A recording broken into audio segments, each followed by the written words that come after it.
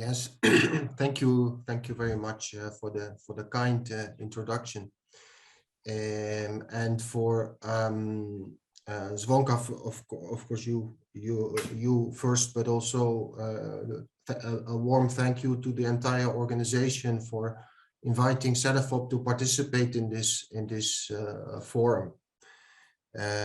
So yes, indeed, it's my first presentation after COVID. I mean, now many times people speak about pre-COVID and post-COVID. I mean, for me, it now has also a personal meaning.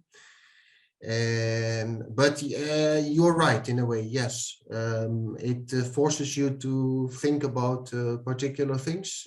Also, the experience of being locked up at home was in a way interesting. I'm just very grateful I got through it, and I'm feeling fine again. So first thing I do, and that's always the first thing we do, is sharing our screen. And I just want one of you to maybe show a hands up to make sure that the screen is visible. It is. It is. It is good. Yes. Okay, great. So let me just organize my own screen here. 1 second. Okay, good. There we go. So as I understood from what you were saying just a few minutes ago, I think we have quite a full virtual meeting room today, with a very good and broad representation of the adult learning sector, but also far beyond that in Slovenia. And I think this is fantastic. But at the same time, it also doesn't come to me as a complete surprise.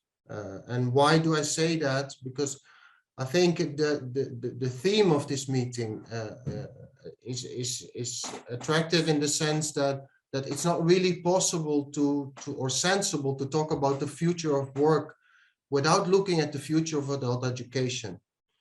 Because the adult education sector, the community is not just a stakeholder, it's at the same time it's a driver of change, and a sector that's actually instrumental in making the changes that we need to happen in the next decade. And sometimes I say next decade, but actually we're already in it. We're talking about roughly the time up to 2030. Many things need to change.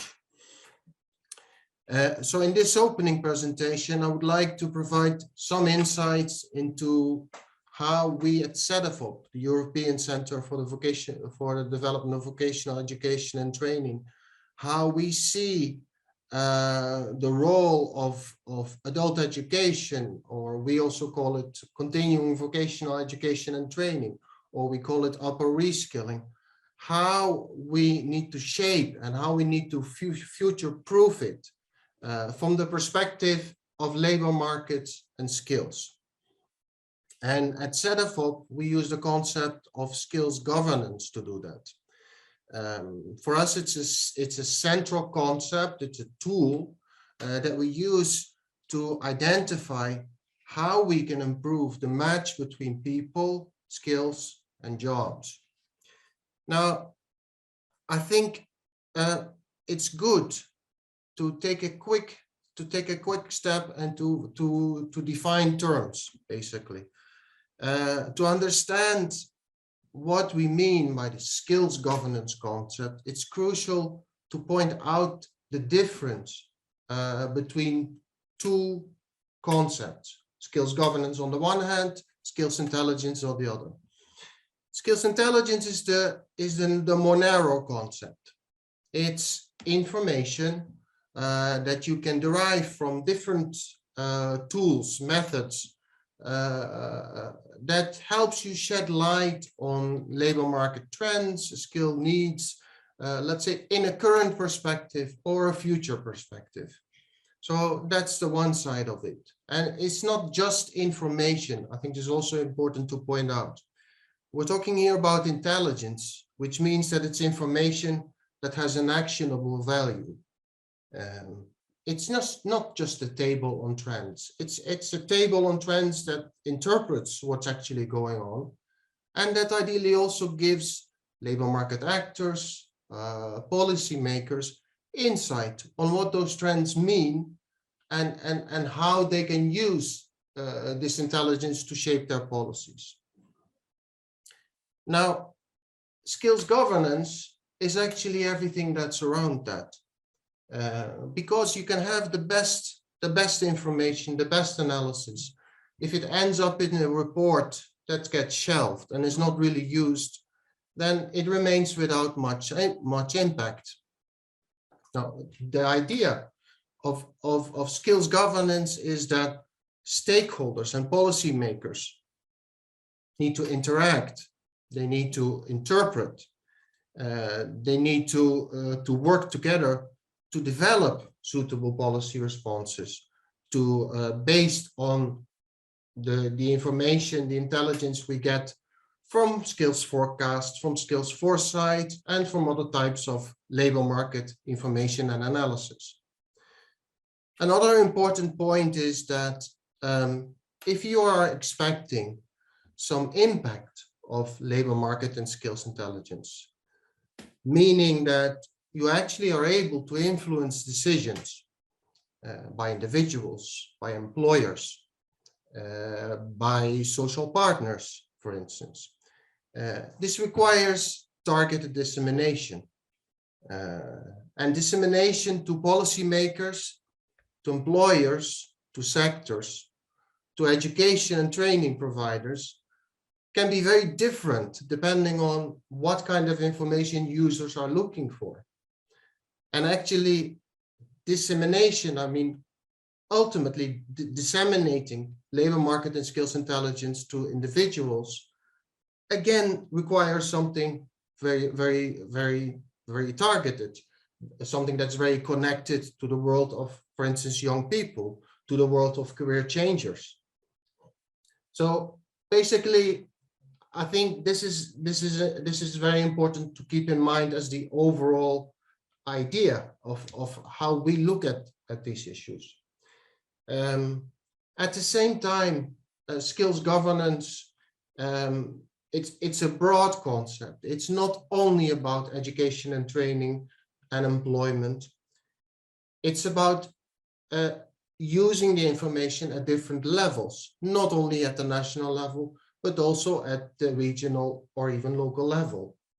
And it spans much wider than the traditional areas that labor market information has typically been produced for. So it's about education, it's about active labor market policies, which are more the traditional, let's say, fields, but it's also about economic innovation policies, migration policies, climate policies, and a range of others. Okay. So basically, this presents that same idea in a bit more detail. This is what we call our skills governance framework. But you can also think of it simply as a tool to analyze skills intelligence systems or practices in their wider context. And actually, there's in this matrix, we have 4 pillars that are basically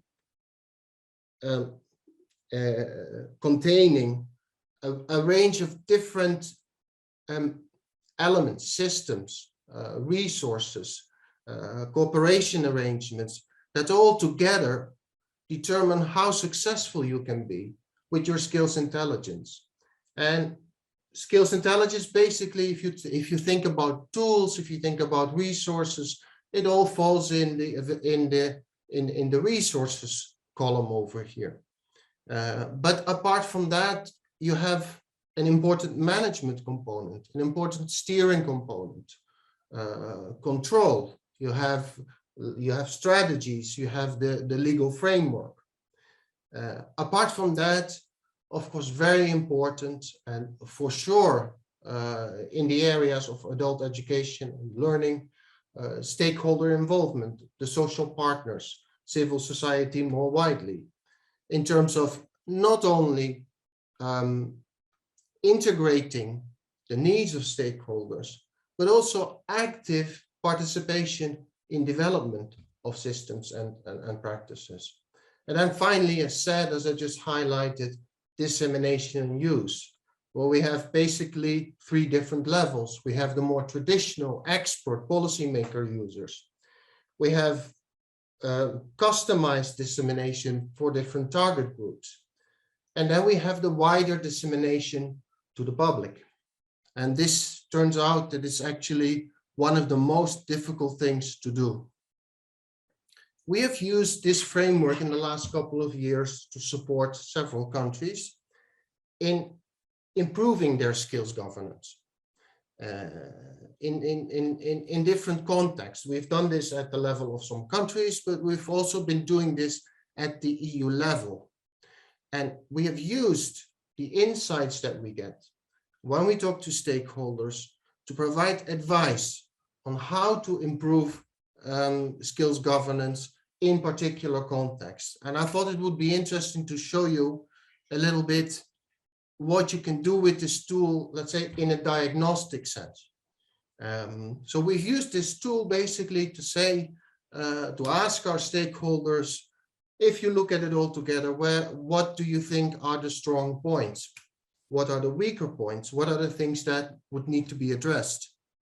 And I think we get an interesting image when we do that. I'll show you in a second. And of course, this is not an exact science here. We get images, we get opinions about where should we be focusing our attention on. And I'll show you what image we got when we asked, let's say, a wide community of CEDEFOP stakeholders, I mean, which come from a range of different countries, from ministries, from sectoral organizations, from adult learning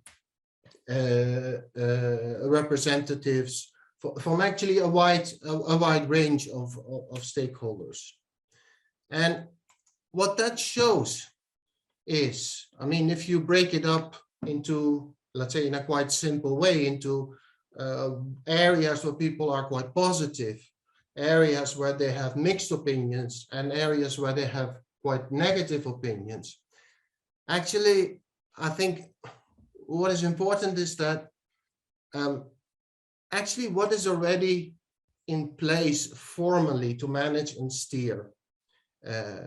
For instance, in terms of organizations that are responsible for developing labor market and skills intelligence, different ways of organizing it legally, visions and strategies. Actually, stakeholders are relatively positive about that. They're also relatively positive about data, methods, and tools, because we know if you look across the EU, all countries basically have some sort of skills intelligence. They use different tools. In all countries, there's things in place. Now, mixed opinions are mostly in terms of resources and especially in terms of stability of resources over time. What we see is that many of our stakeholders say that project-based funding, especially short-term project-based funding to develop labor market and skills intelligence, is actually a stumble block to making such efforts sustainable.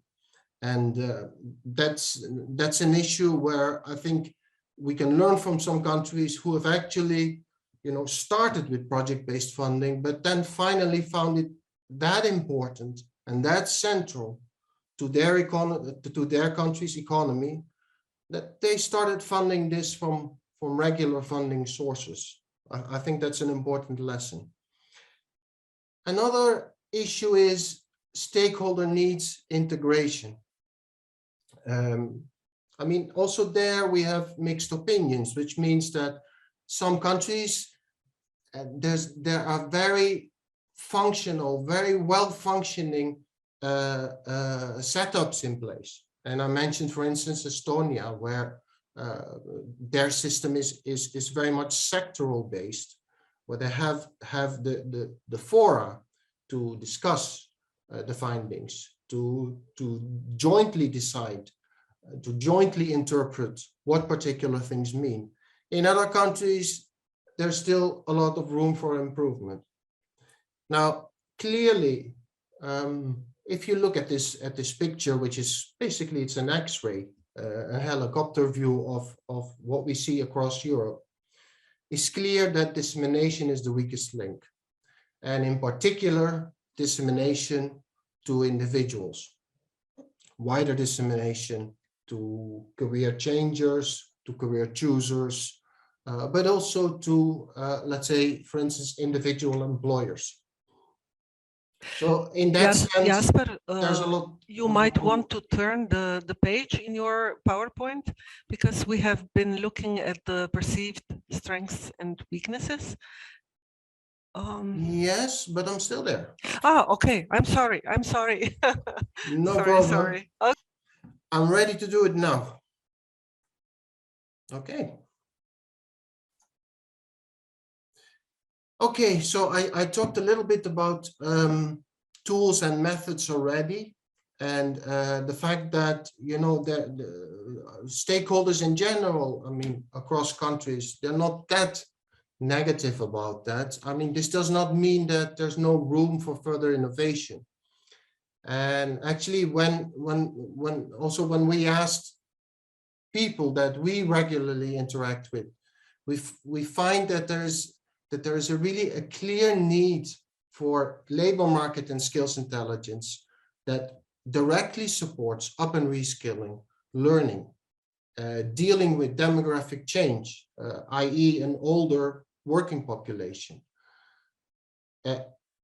Labor market and skills intelligence is not looking at an outcome only, but looks more at helping people shape a career that helps them move between different jobs in terms of career transitions.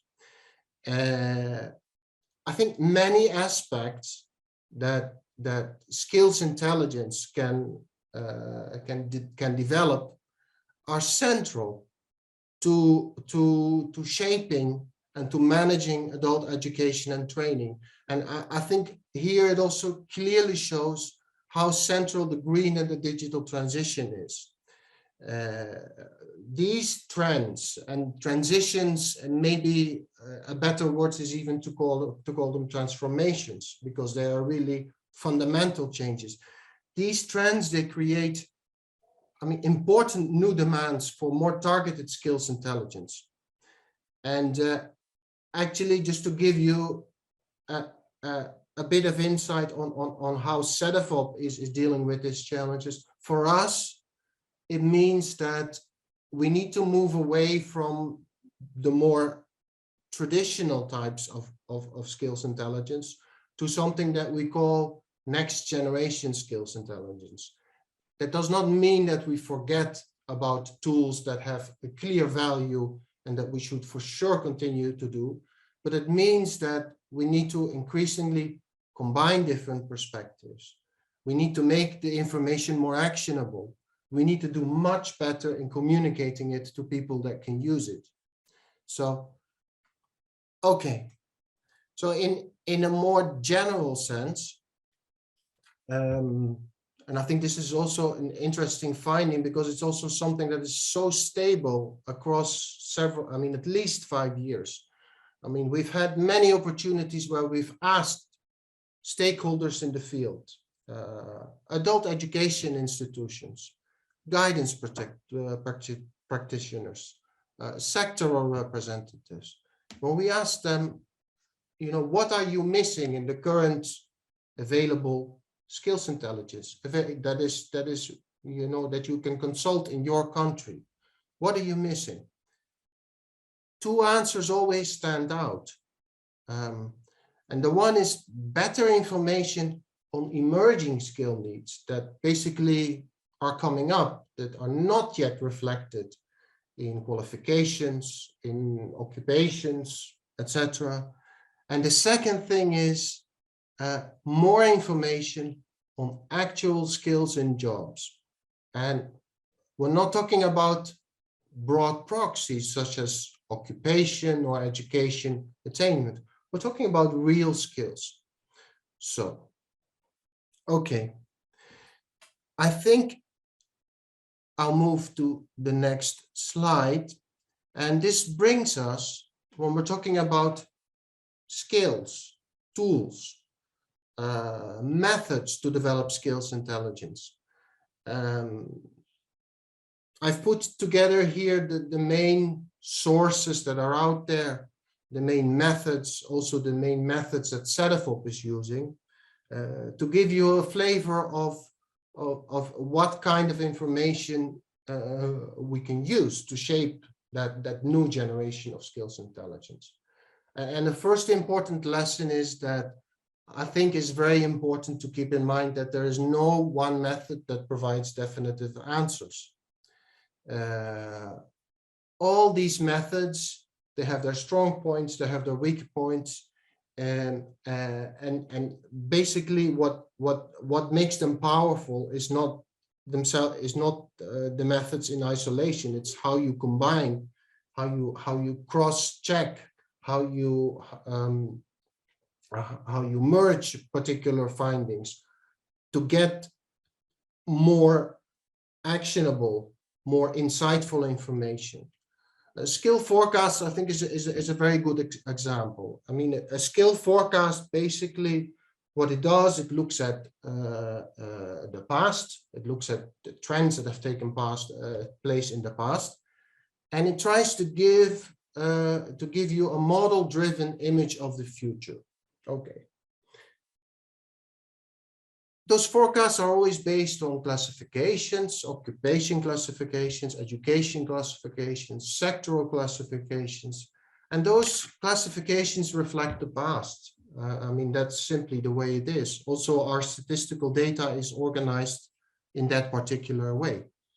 I don't see that as a particular problem, even in a labor market that is rapidly changing, because as long as we keep in mind assumptions and the limitations, skill forecasts, to me, they are a backbone. They are a backbone of any skills intelligence system, any national skills intelligence system, because it gives you, let's say, an overview of broad trends. And what we've seen, I think, and this is actually helping a lot, I think, in helping people realize, you know, what are the strong points of forecast? What are the limitations that I need to keep in mind?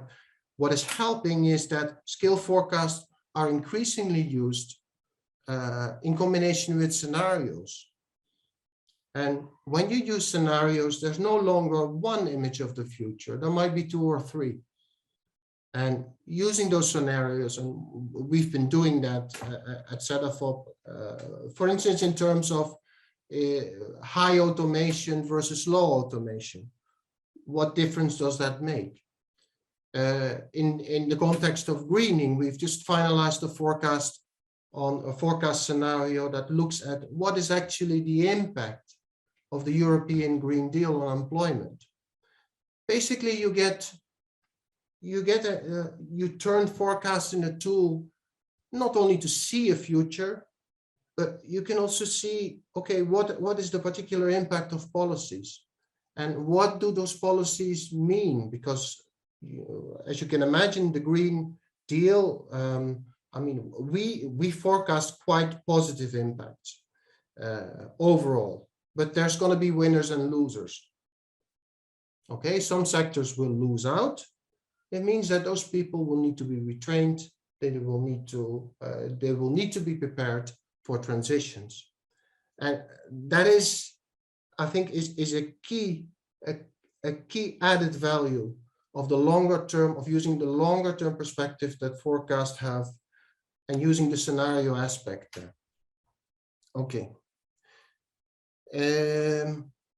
Okay, now let me just take one of the other blocks here in the beehive, which is actually quite a bit the opposite, which is, okay, forecasts give you a long-term image, but it doesn't tell you much about, you know, what kind of new jobs, what the kind of new skills are emerging.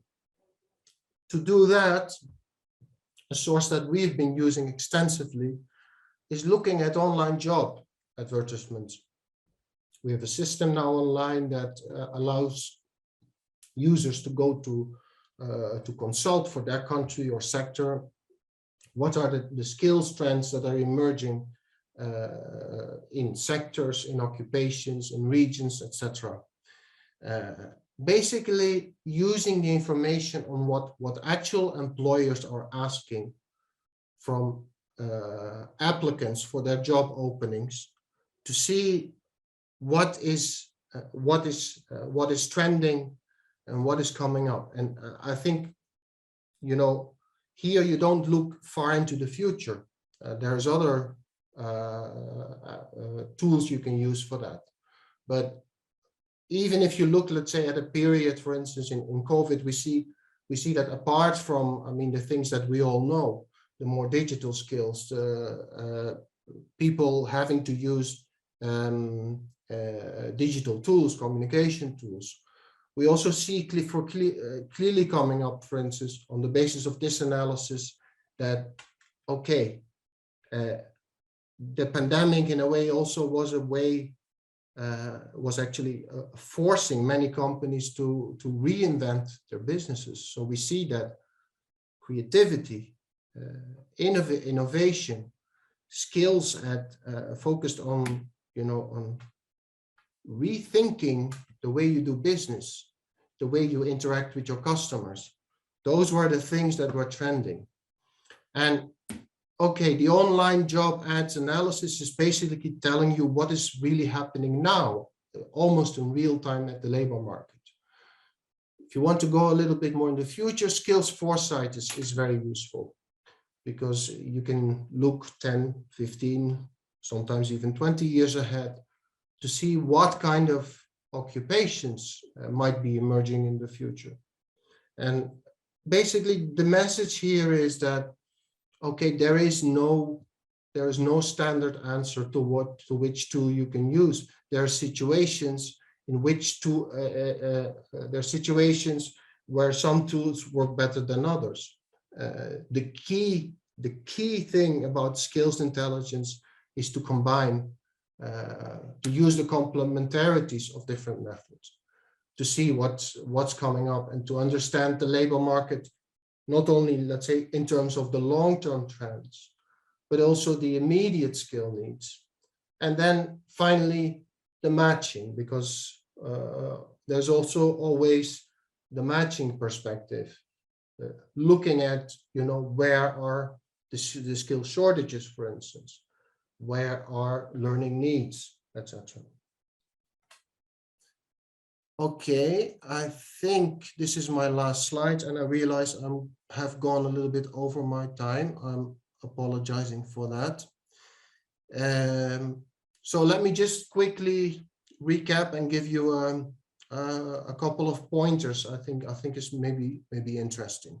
So I mean, this idea of developing skills intelligence or labor market intelligence. At Cedefop, we've been working on it for at least 2 decades, I would say. And we have been building throughout the years a lot of capacity to shed light, you know, from various perspectives on what is happening in the worlds of work and what is happening in the worlds of learning. So, and I think if you look over time, I mean, also looking back a little bit, I think we can clearly see that the importance of skills intelligence as a foundation for policy making is really increasing. And it goes beyond the traditional areas, education, training, employment.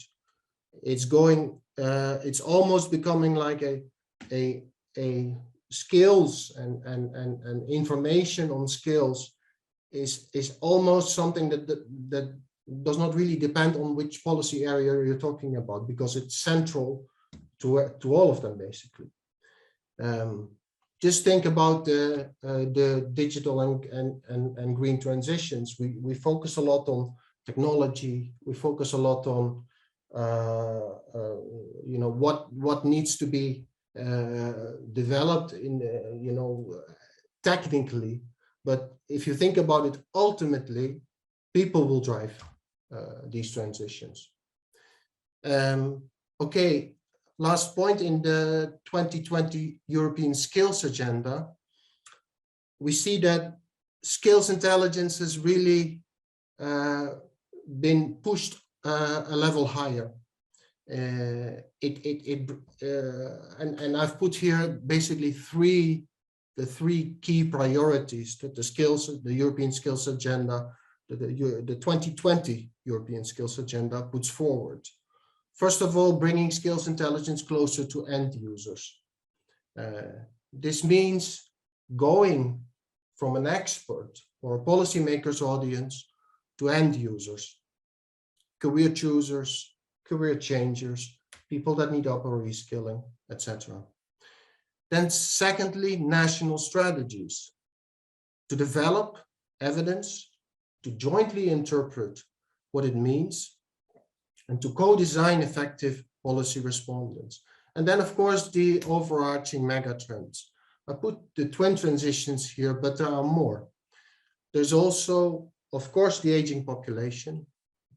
There's new forms of work.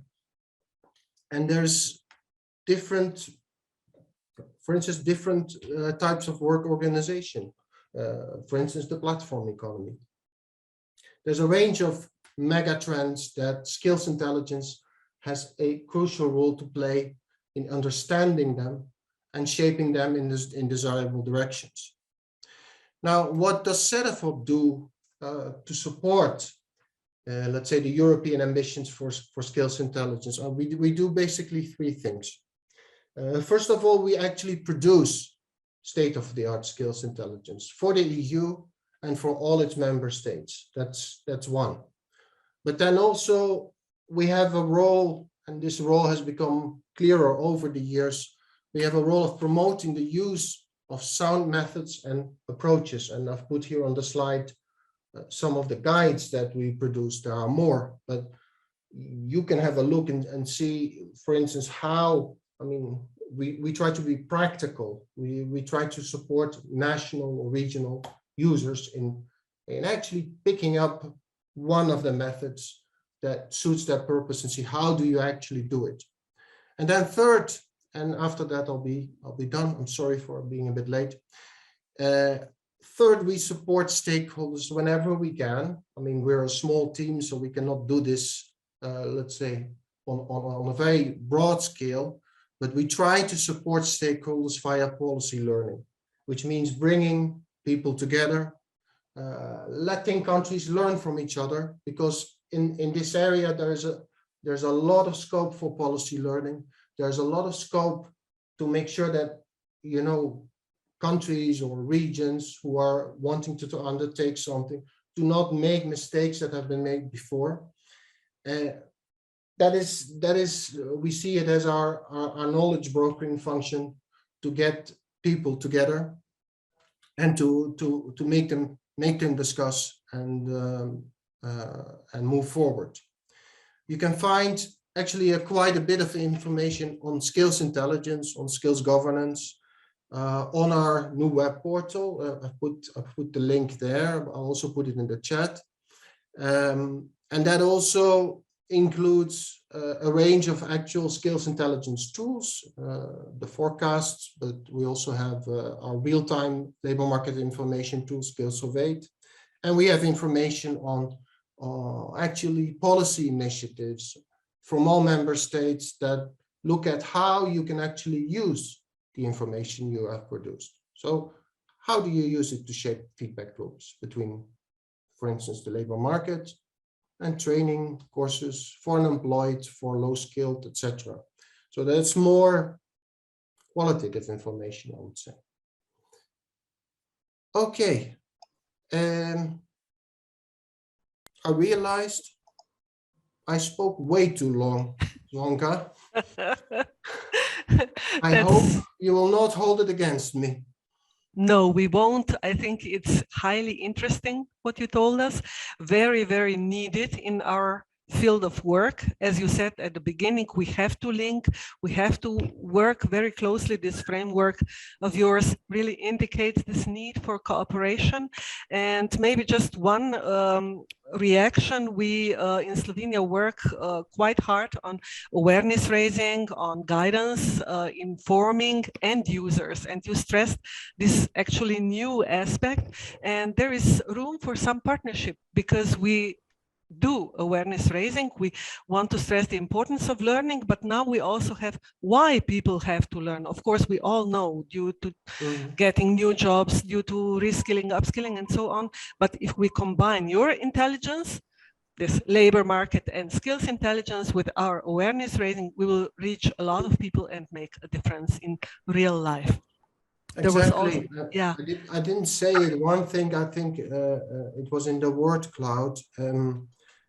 What we found out, and it's actually for us a reason to go much deeper into it, is that, okay, we're becoming much better at seeing where people need to go.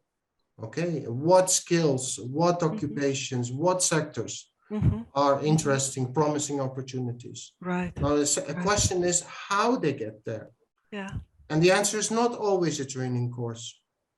Yeah. You know, it's also much more about, you know, what can you do in learning rich work environments?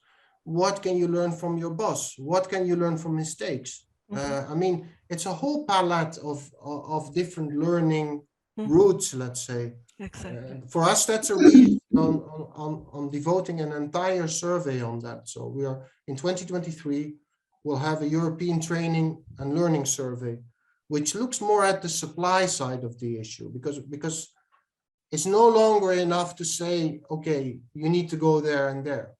We also need to be able to say, to get there, you need this and this. So that is I think is a fascinating, you know, new trend in the whole skills intelligence work.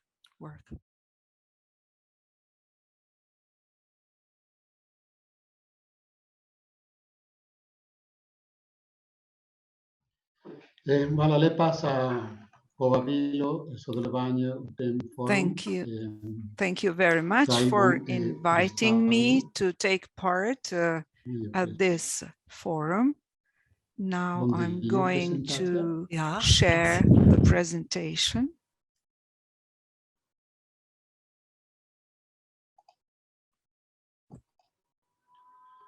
Vidite presentacijo? Can you see the presentation? Yes, we can see it. Everything is fine. So once again, good morning, and I'm pleased to be able to talk about career platform today on the concepts. So we have the outline of the presentation. Here now the career platform, that it is the information system, then about the current status of the project, then also advanced labor market intelligent tools for the users, then the system and its management. As we could hear from the previous speaker, and if I'll have time, I'll also talk about the current labor market situation. So this is important information that can be obtained from the career platform. So what is a career platform? So this is the information system to support a well-functioning labor market and employability of the labor force, taking into account current and future labor market needs. So the system will facilitate the matching between the supply and demand on the labor market and labor market transitions. It will also allow for labor market developments to be monitored in a systematic, consistent, and cost-effective way. This is very important because through various tools or service information concerning the labor market can be obtained, but it is not systematic and classified. And to this end, I'll explain what we are what information we are trying to obtain in a cost-effective way, because also surveys are quite expensive. Then provide information on the orientations of current and future development of labor demand for the needs of career planning and upgrading the competencies of individuals throughout their active lifetime and also during their education. So what is the purpose of the career platform? It is to improve labor market flexibility and efficiency with a view to better labor force allocation and also higher productivity. This is very important because population in Slovenia is aging and productivity needs to be improved and increased. Then support for the system of individual career development, increase the resilience of the labor markets to economic and technological change, determining the shortage of professions, occupations, and competencies according to the needs of jobs in real time and according to the short-term and long-term forecasts. So real time is important. We heard earlier how important it is to get relevant information. So information in real time is essential. Then prevent unemployment, especially long-term unemployment, and also preparation of proposals for the design, development of education and training programs, external and internal, in accordance with the needs of companies, industries, and other partnerships in the labor market. What are the target groups? Employers and employees and employers looking for or offering jobs, individuals and companies that develop career plans with real-time data and future competencies and occupations, job seekers who will be able to use the data to prepare a relevant CV, vulnerable groups to acquire appropriate competencies, occupations, and to prevent long-term unemployment, public and private educational institutions for planning training programs, general public that will have access to quality data on the situation in the labor market, then businesses to upgrade and formulate appropriate industrial policies by planning changes into necessary competencies, and policymakers for timely planning of policies that will reflect the response to change in the labor market, in businesses, technology development, society, in particular aging.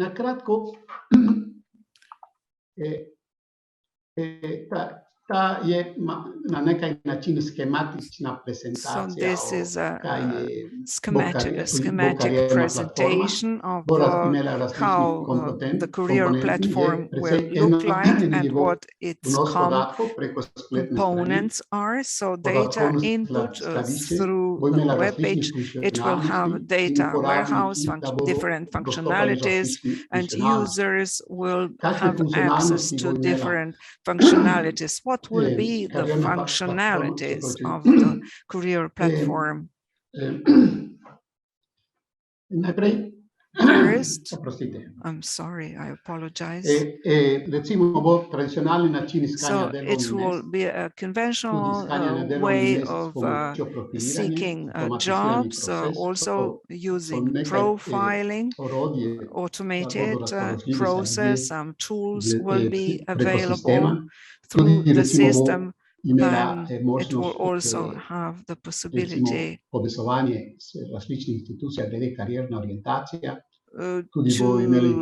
require about different career possibilities and orientations. Then it will also have access to the employment service and other institutions. What is the current situation or current status of the project? It was approved in spring of 2021, and it will be funded by EU funds. So two phases of the project are envisaged. The first phase by 2023, and the second between 2023 and 2027. The Ministry of Labor, Family, Social Affairs and Equal Opportunities is currently setting up a group of experts to work on the project. So a project group for long-term forecasting will be or has been established. The project will be implemented in close cooperation with the Employment Service of Slovenia. Some technical applications and solutions will be available, and tools, and will also cooperate with key stakeholders, and many of key stakeholders are present here today. So what we have done so far, we have held several workshops to clarify certain concepts and so on. So two workshops have been held. The first one to establish a system of long-term forecasting of competencies. We reviewed or had a look at best practices in Slovenia and elsewhere. And the second workshop also, competence or forecasting and skills forecasting. We heard about various possibilities by the previous speaker. So market intelligence tools, what are the three most important? The first, so real-time information on market supply and demand information, collected on the basis of a single input data point. A web application will be available. So this input is necessary for obtaining in a systematic manner the information.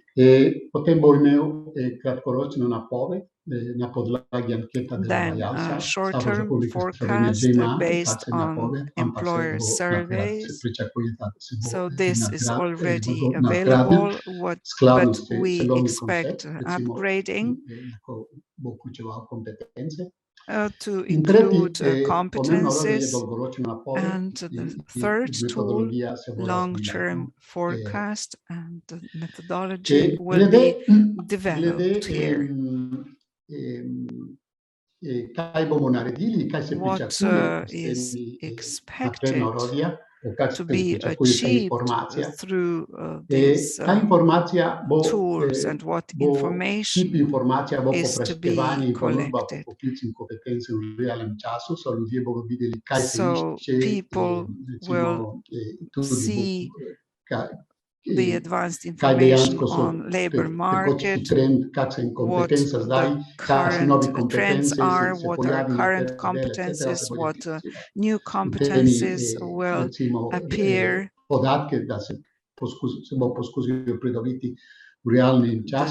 data is to be obtained in real time. So also short-term forecasts. The professions most in demand and shortages of professions, and long-term forecasts of professions and competencies and skills most in demand in the next 5 to 10 year period. And this will be available on the web site. Who are the users? So there are users and policy makers. What is important are end users. Not only policymakers are important, but also end users. So Mr. Van Loo mentioned that there are many challenges involved in this system. So the system will integrate, so will be an integrated system for collecting data on occupations and skills, and to disseminate information based on standardized classifications. And this is, of course, very important. There is a big problem related to the typology of competencies. Here we will try to develop a standardized approach to be able to provide structured information to people. So the forecast will be based on already established methodology.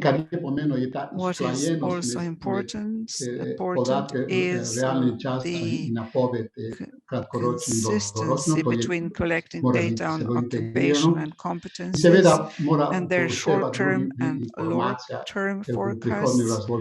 Then it is also important to take into account other sources of information on future developments in labor market demand. And as I said, there are several key tools available. Then management and structural management.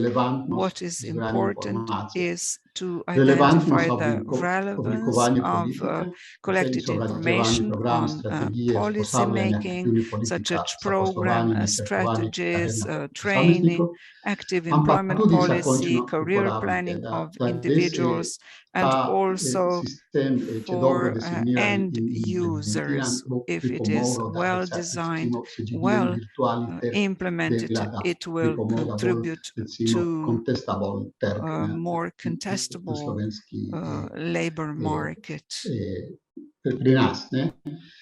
Of course, the challenge is also the governance structure. It is envisaged that we will have an advisory group and key stakeholders. The information will be produced by the employment service, and the online dissemination will be available. And we need to find the best manner to build the structure and consistently I would also like to say a few words about the situation on the labor market and the jobs and competencies. Just to illustrate what analyses are used according to the experience and the trends before and after the pandemic. First, I would like to say, and as you know that before the pandemic, there was a huge labor shortage, and also during the second wave, there was demand for labor, and also the pandemic accelerated some underlying trends, increasing digitalization, the shift to service-oriented economy, green transition, higher demand for more educated workforce, and what is also very important for us, namely this platform and long-term forecast, is that between 2012 and 2020, there was a reduction in working age population, age between 20 and 64. And what is also important, the number of people who will retire in the future will be higher than those who will enter the labor market. It is also important to look into the future, so in the context of the workforce reduction, the nature will be replaced. About the forecast for labor needs, there are some trends. So the demand, the data come from the employment service. So there were labor shortages in the period between 2014 and 2019 in many occupations, such as heavy truck and tractor drivers, but also specialists, doctors, software developers. And what is important, that each shortage is important. If there are 10 heavy truck drivers, heavy-duty truck drivers is also important. Then the most in demand were occupations that require medium qualifications, such as drivers, welders, and so on. Some professions had a clear positive growth trend, such as professional service, professional salespeople, legislators, and so on. And the same trend was identified in Slovenia. Then in the second part of the previous past decade, the abundance of others has intensified, such as non-industrial occupations, machine and device operators, then senior officials, and so on. Then demand for work during the pandemic, the shortages of workers was growing the fastest. Health and social care, or community care, or home care, system analysts, software developers, pharmacists, and so on. CDFOP, as Mr. Van Loo mentioned earlier, had some tools available for collecting data for Slovenia in 2020. 33,000 jobs, vacancies were advertised, and in Slovenia,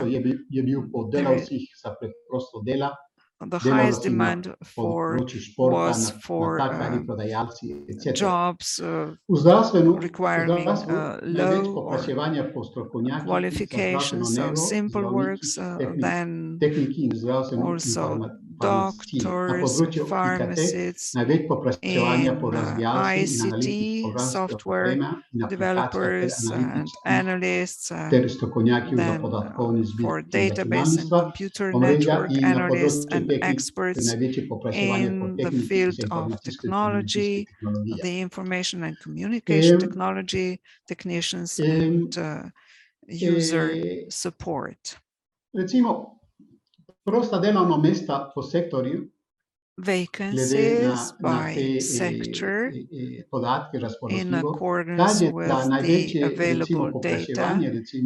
The highest demand was for the other business activities, also then education, retail, maintenance, hospitality.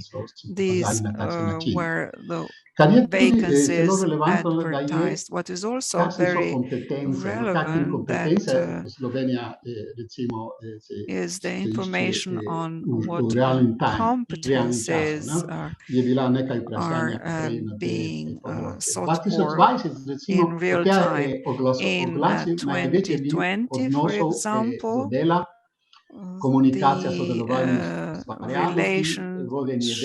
the attitudes to work, communication, cooperation, creativity, management skills, then information skills, and so on. More detailed information is available also by CDFOP, and it shows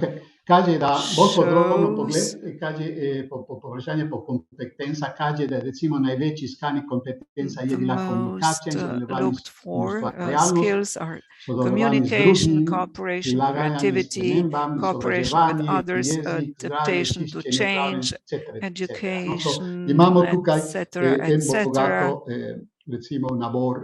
So here we have a range of various types of competencies.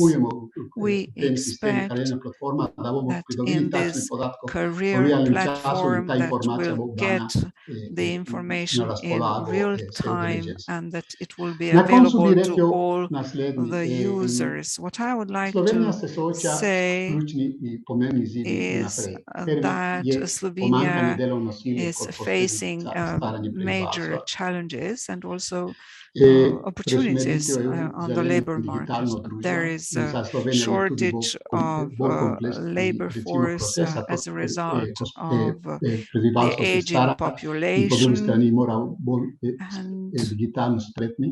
and people will have to have also digital skills, then the impact of innovation and automation on the work process, and this leads to potential polarization of the labor market between qualified and unskilled labor force, and then there will be consequences for social cohesion and convergence between the EU member states. So this career platform will certainly be useful in the future when addressing these challenges. It will provide information to the users and policy makers, and considering the challenges in the future, I think that it is crucial that this project will be implemented successfully, and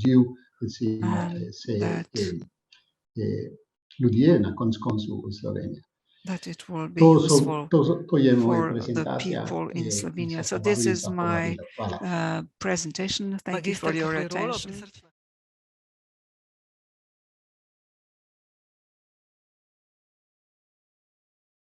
Ja, hvala Zvonka. Mislim, da je zelo dobro, da smo se odločili za dialog, ker lahko me kadarkoli prekineš. The dialogue is great, so you can interrupt me anytime you wish.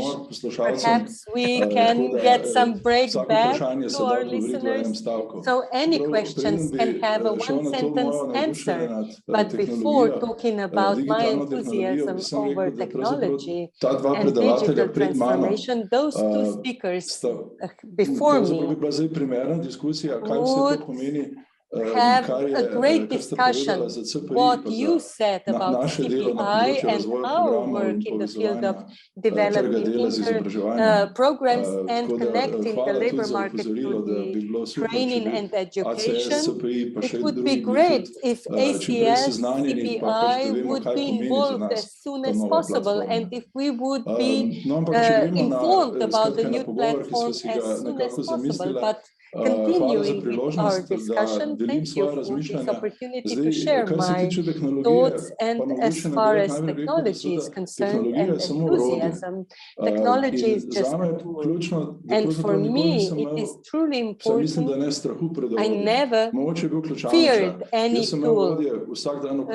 My father was a mechanic and I used tools. I was electrified before I went to school. So I've learned not to fear any tool, hammer or the new technology, we should not fear it.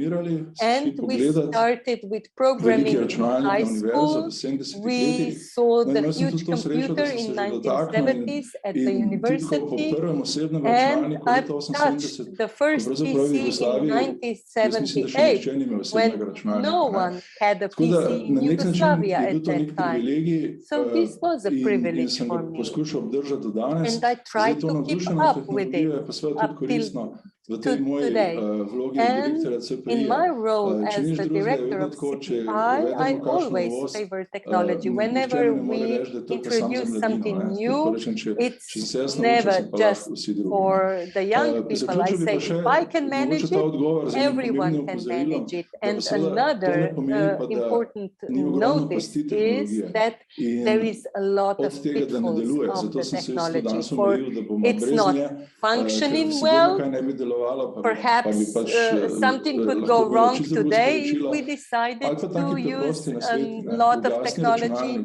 And a simple word of advice: turn off your computer at 8 p.m. if you want to have a good night's sleep. We have to learn how to use Hvala it. za tale prijazen uvod in Thank you for greva še this malo kind naprej v tisto, o introduction. čemer se And pravzaprav moving on poleg digitalizacije vsi to pogovarjamo, in what to je we are COVID. discussing Kako sem imela now in občutek, da addition to je tudi v tem digitalization, prispevku namely COVID, naprej omenjenem I have a sestanku feeling bila ena that ločnica med we pred had COVID in po COVID. Nekako so se stvari a spremenile. line between pre and post COVID, how things have changed. Yes, it is true. Perhaps we are not as aware of it, but I don't believe that everything will change and that we will no longer use old experience. Let me share as a teacher my experience. As a teacher, I always try to introduce technology to my classes. It is good to get attention from your students, pupils, and managing technology, you should never forget about personal connections, about personal contact. And years ago, ago. Facebook was popular 10 years ago, but people from my generation were not as obsessed with it.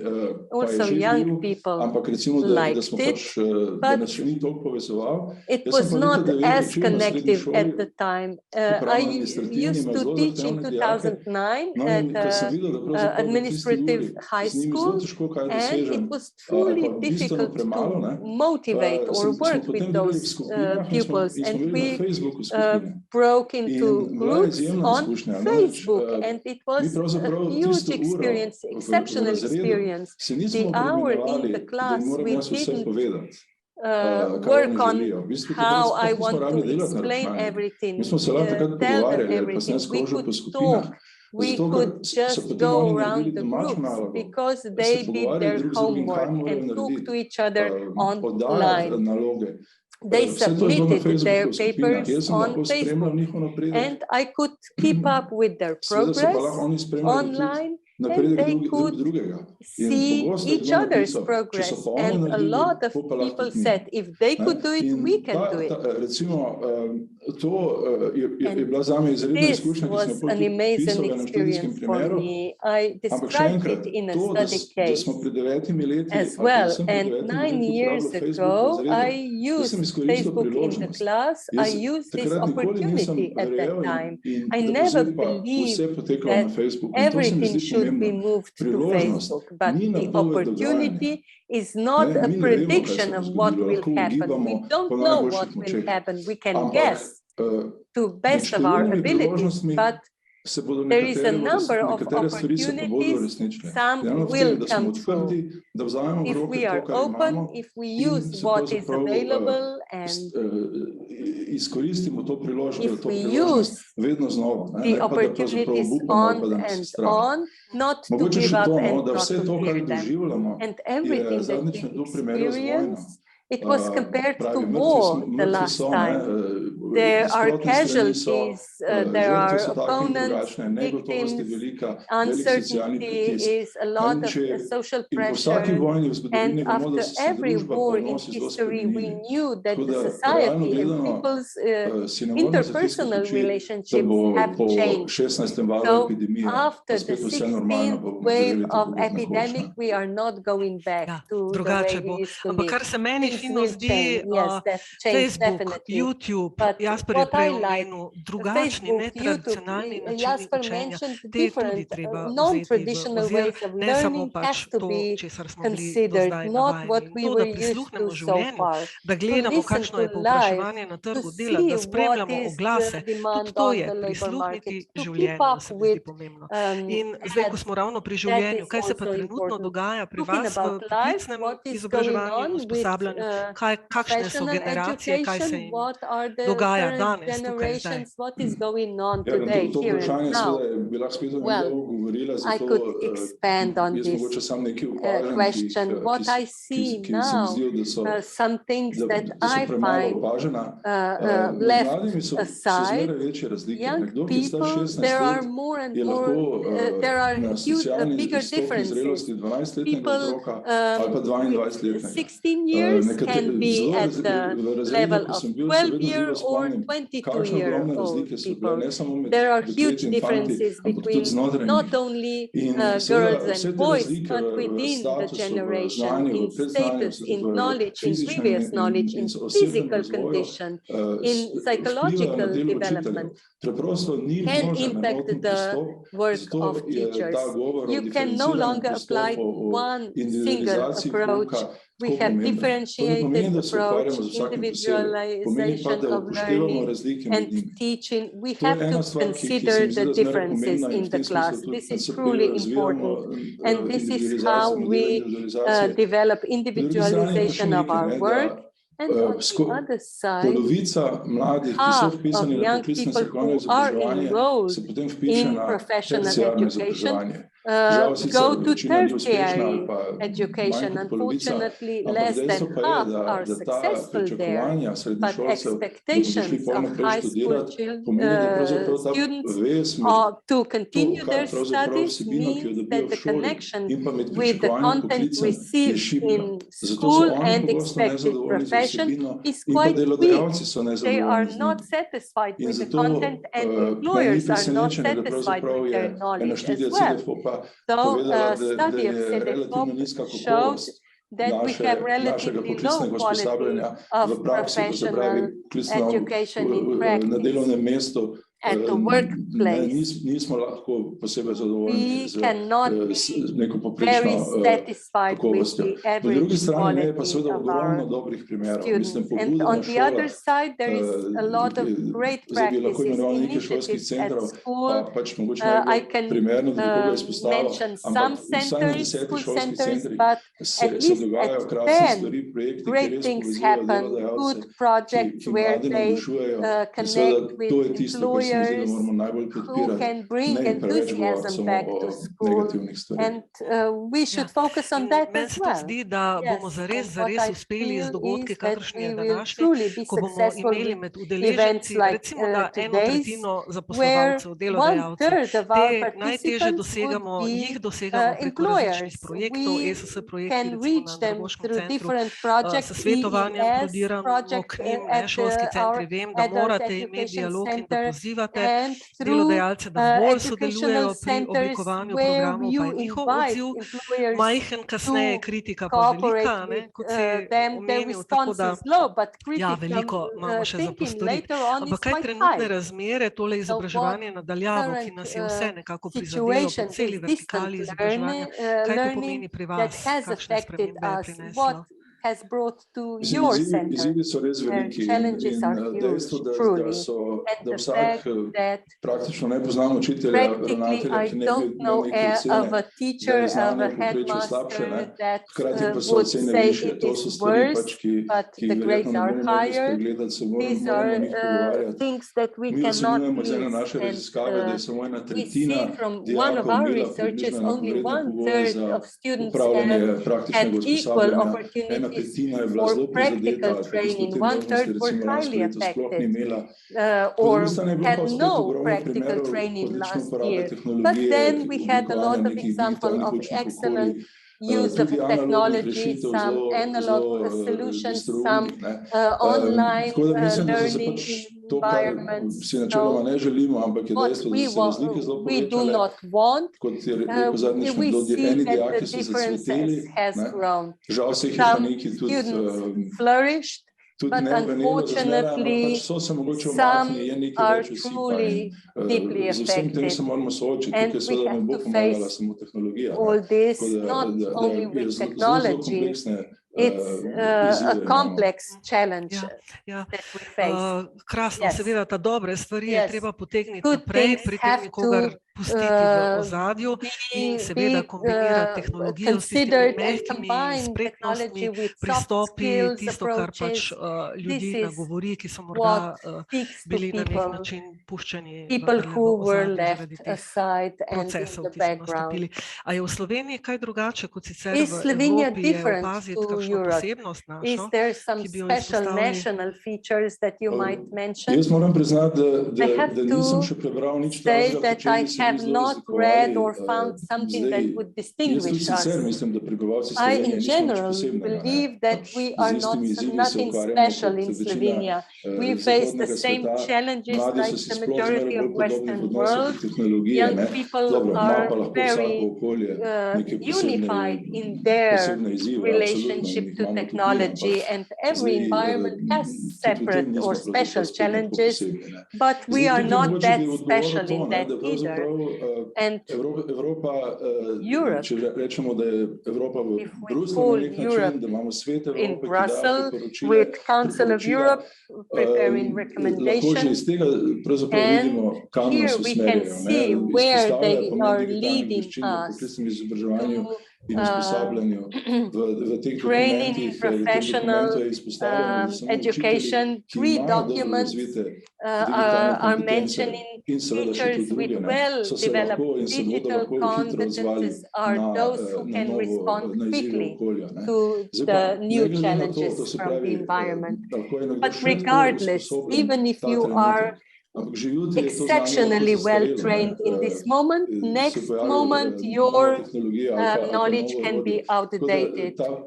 New technologies, new tools are growing, so additional support, mutual cooperation, this is where we have to step up. The process of lifelong learning also. Very few of our knowledge that we get at the University of Maribor can be daily applied now at our work.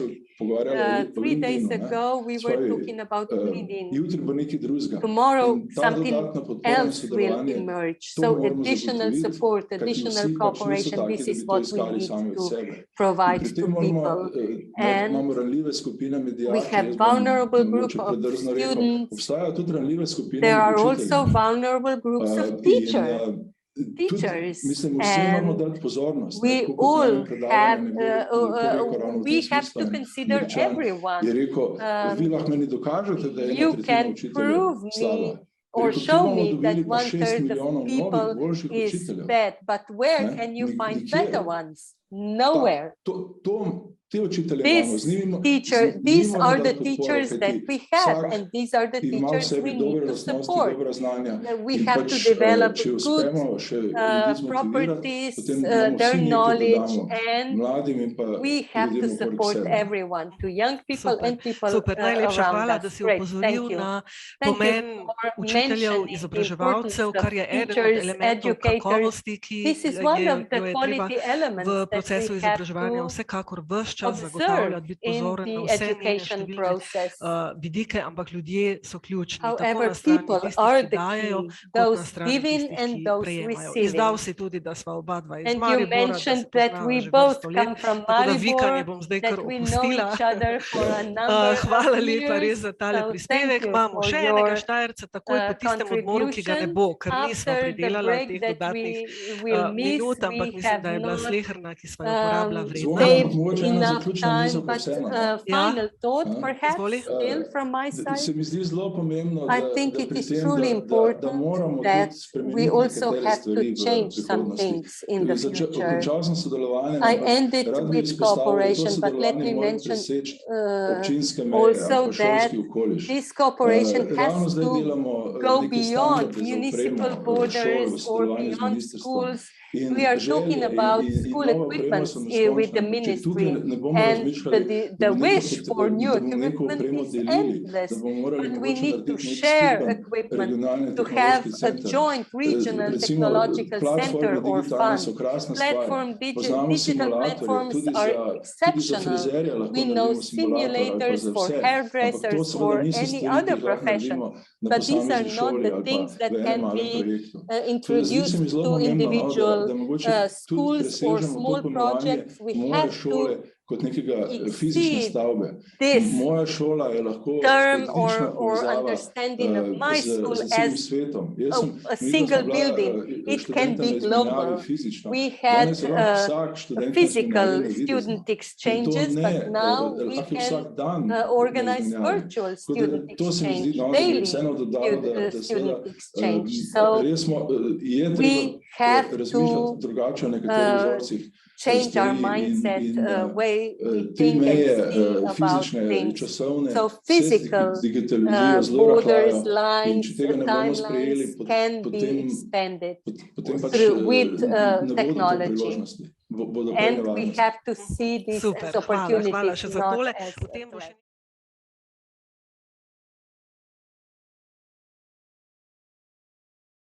Biotehniški izobraževalni center Ljubljana je izobraževalna institucija, ki deluje v poklicnem in strokovnem izobraževanju na srednji in višješolski stopnji ter je danes vocational eden training izmed at 10 medium največjih and šolskih higher centrov v education level, Sloveniji. and V is okviru one of the srednjošolskih in 7 višješolskih izobraževalnih largest such programov center omogočamo in dijakom, Slovenia. We študentom in allow odraslim for udeležencem, students da poleg and splošnih adults that pridobijo in addition najsodobnejša to strokovna znanja in general kompetence z skills and področja živilstva competencies, in they prehrane, acquire veterine, also specialized biotehnologije, skills in naravovarstva ter gostinstva veterinary, in turizma. natural Izobraževanje in conservation, vse naše tourism, aktivnosti ter hospitality razvoj and so on. poteka v smeri Education and vzpostavitve all our najboljšega modela activities izobraževanja are na naših focused strokovnih on področjih. Ta temelji developing the na best vzpostavitvi realnega model učnega based okolja on že v času real šolanja oziroma študija pri nas. training Sem vodja environment. šolske turistične I'm agencije head of in the pa school mentor tourist praktičnega agency and izobraževanja mentor of practical na področju training turizma. in the field of Prihajam iz tourism. I gospodarstva come z from več the kot private 30-letnimi sector with izkušnjami in over vse te 30 izkušnje years of prenašam experience, v and samo I prakso transfer in this študentom experience tudi into to znanje practice predajam. and Naša pass višja on strokovna this knowledge šola, to smer students. gostinstvo in Our turizem, ima kar hospitality nekaj and zelo tourism močnih točk vocational pri college has a izobraževanju. number of strong Morda je points in najprej bi education. poudarila inovativnost. First, I would like to Namreč stress moram poudariti, da innovation. naš I zavod je must say prvi v that our Sloveniji, ki institution je v is the okviru first javnega one in zavoda Slovenia ustanovil to prvo set šolsko up turistično as part agencijo v of a public Sloveniji. Druga institution the močna first school točka tourist je tudi ta agency. fleksibilnost. Then the Recimo, second danes mi vemo, point da is je flexibility. trend tak, da We se na know vsakih 5 that do 7 today let the trend zamenja ne is samo that služba, ampak every tudi 5 to poklic. 7 Vemo years, tudi za not only podatek, the da job, but leta also vocation 2040 bo že vsak drugi changes. We know zaposleni that samozaposleni. in Zato jih mi 2040 pripravljamo, every da se znajo second zelo hitro prilagoditi različnim situacijam in da employee razmišljajo will tudi be out of box, se self-employed. pravi, And so da it is hitro najdejo important poslovne rešitve, that druge rešitve, the dajo morda students kakšne think ideje. outside the box, Seveda which brez means that they digitalizacije quickly danes find ne gre, business se pravi solutions and postajamo other digitalna, solutions zelena, and give trajna some družba. ideas. In Of tudi na course, tem without področju digitalization, nothing študente works izobražujemo today, na te and tematike. we are Poleg becoming a tega smo pa digital, tudi green, stalno sustainable v stiku z society, and also in gospodarstvom, this sledimo field, spremembam we in educate the se tako lahko students on hitro these topics, prilagodimo and we tem are novim in trendom, ki contact so with v družbi in businesses pa to tudi follow v the turizmu. developments, to Potem be dajemo able to poudarek adapt tudi quickly to new multidisciplinarnosti, trends. kar We pomeni, da also pripravljamo put študente na več emphasis različnih on poklicev v okviru gostinstva multidisciplinarity, in meaning turizma. that our In students trenutno bi vam lahko are iz glave naštela trained vsaj for 20 različnih poklicev, numerous ki jih naši študentje po zaključku vocations, samega and I študija can lahko mention upravljajo. Dodala bi pa še to, 20 da vse such to dosežemo, to iniciativnost, vocations potem and professions. multidisciplinarnost, So in fleksibilnost, order to pa achieve študenti vzpodbujamo, da sodelujejo v raznih projektih, and na flexibility, we tekmovanjih, tako engage our slovenskih kot students to mednarodnih take part tekmovanjih in in various pa, da jih tudi zelo praktično usposabljamo na terenu. Šolsko competitions, trgovino, and so kruharije in through cukrnije, the Centrom kulinarike in school turizma, Kult shop 316, and šolsko the Center restauracijo of in kavarno, Culinary prvo šolsko called mikropivovarno, prvo šolsko 360 and the turistično first agencijo, prvo šolsko microbrewery, the veterinarsko school ambulanto. microbrewery, Omogočamo dijakom, the first študentom vet ter odraslim udeležencem clinic. vrhunske pogoje za We pridobivanje praktičnih provide veščin top in spretnosti v quality realnem učnem conditions okolju for our in v skladu students s potrebami and in gospodarstva. accordance V sklopu with the Biotehniškega needs. izobraževalnega centra Within Ljubljana the deluje tudi kavarna in restauracija educational Kult 316. center, we Ker želimo also poslovati trajnostno, se have povezujemo z lokalnimi Kult dobavitelji. Kot primer lahko navedem, da naš 316 vodja kuhinje dnevno obišče bližnjega pridelovalca sadja in zelenjave, kjer preveri razpoložljivost posameznih I živil. can say Ta živila seveda that, kasneje our kitchen umešča manager v visits on a jedilnike daily naše basis a restauracije. nearby Poleg fruit and trajnosti pa se mi zdi vegetable zelo grower pomembna to check tudi the inovativnost. availability V of Centru food kulinarike in turizma Kult At 316 our imamo center, prvo Kult šolsko mikropivovarno, kjer 316, we pripravljamo have the svoja first piva. school Kot primer inovativnosti microbrewery lahko where navedem, we da produce our pri beer. I can give varjenju an piva example stranski of produkt innovation, namely uporabimo that za when pripravo novega brewing izdelka. the Ta beer, izdelek the so testenine s byproduct pivskimi is used for tropinami. the Na ta preparation način of a new bodrimo naše product. dijake in This product študente, is passed da with so brewer's trajnostno naravnani grains. In in this way, razmišljajo we encourage inovativno. our Na ta students način spodbujamo to be njihovo innovative, inovativnost and in in this ustvarjalnost. way Del we praktičnega encourage and izobraževanja stimulate naši their dijaki in innovation študenti and opravijo tudi v creativity. podjetjih. And V svojo part of the restauracijo training, sprejemamo our praktično vse students študente, od also prvega do perform zadnjega. Najbolj at pomembno je, companies and various restaurants. So we accept all students to our restaurant from the first to the last. What is most important is that they have the will and that they love this profession, either a cook or a waiter, and what is even more important, that they are aware that this is not an easy profession. So for the future, what will be very important is a lot of stamina, because hospitality is not the easiest profession. You need to be persistent, to be convincing, based on the knowledge. This is why one needs to work constantly. It seems to me that each individual can do most of it on his or her own at school, but what you need is that what you do later. So self-initiative is important. Encouraging young people through such systems as good restaurants is very important, or visiting farms, producers, and in general to know, learn how to appreciate Slovenian producers, Slovenian rural areas. Once we feel that, I am certain that nothing can go wrong. So acquiring such knowledge goes hand in hand with the companies. The quality of practical training is important, and in companies we train mentors for our students. In the recent years, it's not only practical training in companies, but it exceeds that cooperation, and within numerous projects funded by EU funds, together with employers, we develop new programs of training for their employees. An example, due to the shortage of appropriate workforce, we provided the training for shop assistant in various retail shops, and the participants, after finishing or completing the training course, managed to find a job. So we are included in joint projects together with the employers, and this cooperation helps us carry out our training courses in line with the labor market needs for competencies. At the moment, we are also talking about ki mi pomaga pri dnevnem opravljanju mojega dela. Predavatelji so v meni videli potencial in so me povabili, da sodelujem na mednarodnih in domačih tekmovanjih. Na teh tekmovanjih sem pokazal svojo strokovno sposobnost in pa sposobnost za komuniciranje. S tem pa sem pridobil še dodatno samozavest, ki mi pomaga pri olajšanju mojega dela. Trendi v gostinstvu in turizmu se spreminjajo, trenutno najbolj aktualno so torej lokalne sestavine in pa trajnost. Te trende smo pa pridobili na vajah kuharstva in strežbe, kjer smo gostili mednarodne in domače šefe. Pandemija je pripomogla k temu, da se je pojavil trend self-service, vendar bo kljub temu pri vrhunski kulinariki strežno osebje ključno pri zadovoljstvu naših gostov. V zadnjih letih v Sloveniji in v Evropi spoznavamo, da moramo poklicnemu in strokovnemu izobraževanju nameniti več pozornosti. Potrebujemo kakovostno, prepoznavno in privlačno poklicno izobraževanje. Potrebujemo odlične učitelje. Učitelje, ki imajo aktualna strokovna znanja, se stalno usposabljajo in sledijo spremembam in razvoju v stroki ter stalno razvijajo svoje kompetence. Veliko lahko k temu prispevamo šole v tesnem sodelovanju s podjetji ter tudi zbornicami. Pomembno je, da gradimo na primerih dobrih praks, ki jih imamo pri nas in tudi v tujini.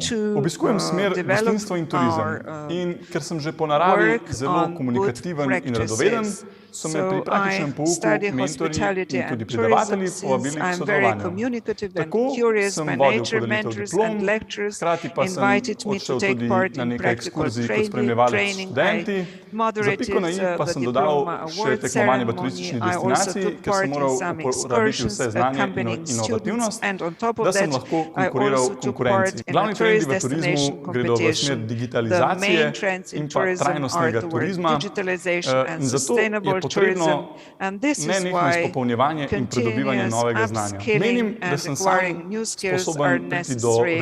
I think I'm capable of performing several competitive professions and that I'm able to compete easily, mainly on the basis of the knowledge acquired by my provided by my mentors and professors at the college.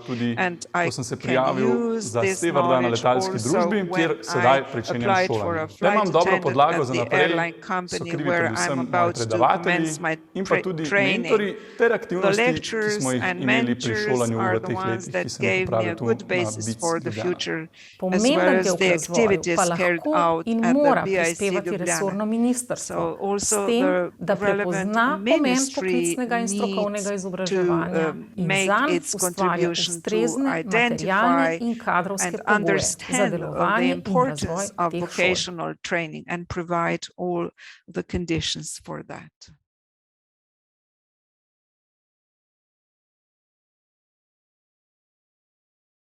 Hello, and thank you so much for inviting me to your education conference here in Slovenia. It is a challenge of our times to better connect the world, the real world, with the world of schooling. Now, schools are very good in keeping students inside and the rest of the world outside. Well, the future is about, making learning less a place and more an activity to integrate different worlds of learning, to ensure that students have a good understanding of the world they are learning for, making learning more relevant, more engaging, more project-based. And actually, what I show you here has not become better, but actually became worse. When you think about it, over half of 15-year-old girls, only look towards 10 occupations now. The world of work has become so much more diverse over the last decades.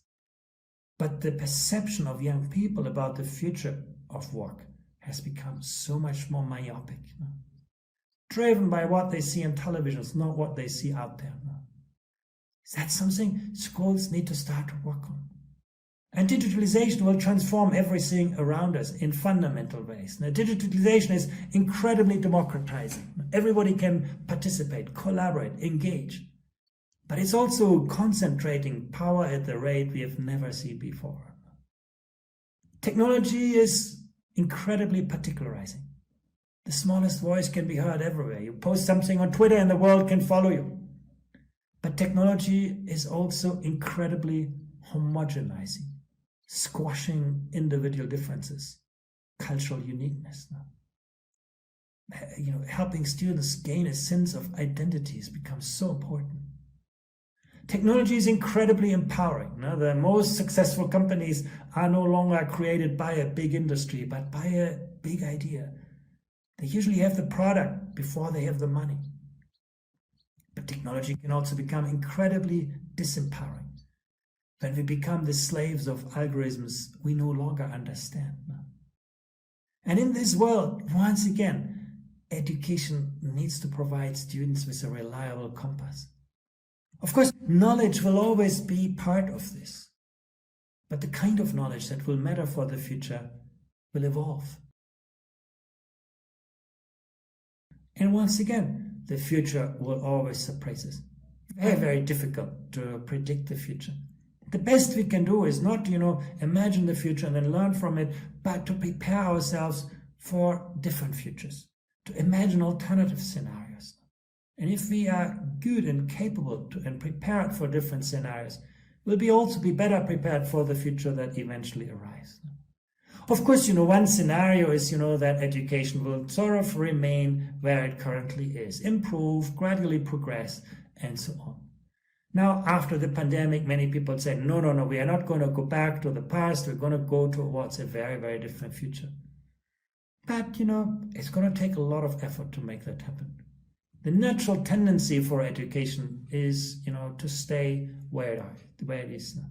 It's very, very hard to change education. Some people say, moving school systems is like, moving graveyards. You cannot rely on the people out there to help you. The status quo has so many protectors. And sometimes, we as parents are part of the problem, not part of the solution. We get very anxious when our children no longer learn what was very important for us. Or we get even more anxious when they start to learn things we no longer understand. Teachers are sometimes more likely to teach how they were taught than how they were taught to teach. And as a policymaker, you can lose an election over education when something small goes wrong. You rarely win an election over education because, it just takes a lot of time to translate good ideas into better outcomes. You may not see those outcomes. Your successor will. There's a big asymmetry between the costs and benefits of education. You want to change something, you have to pay for it now. You have to convince people it's a good thing. The benefits are uncertain, and they are in the long run.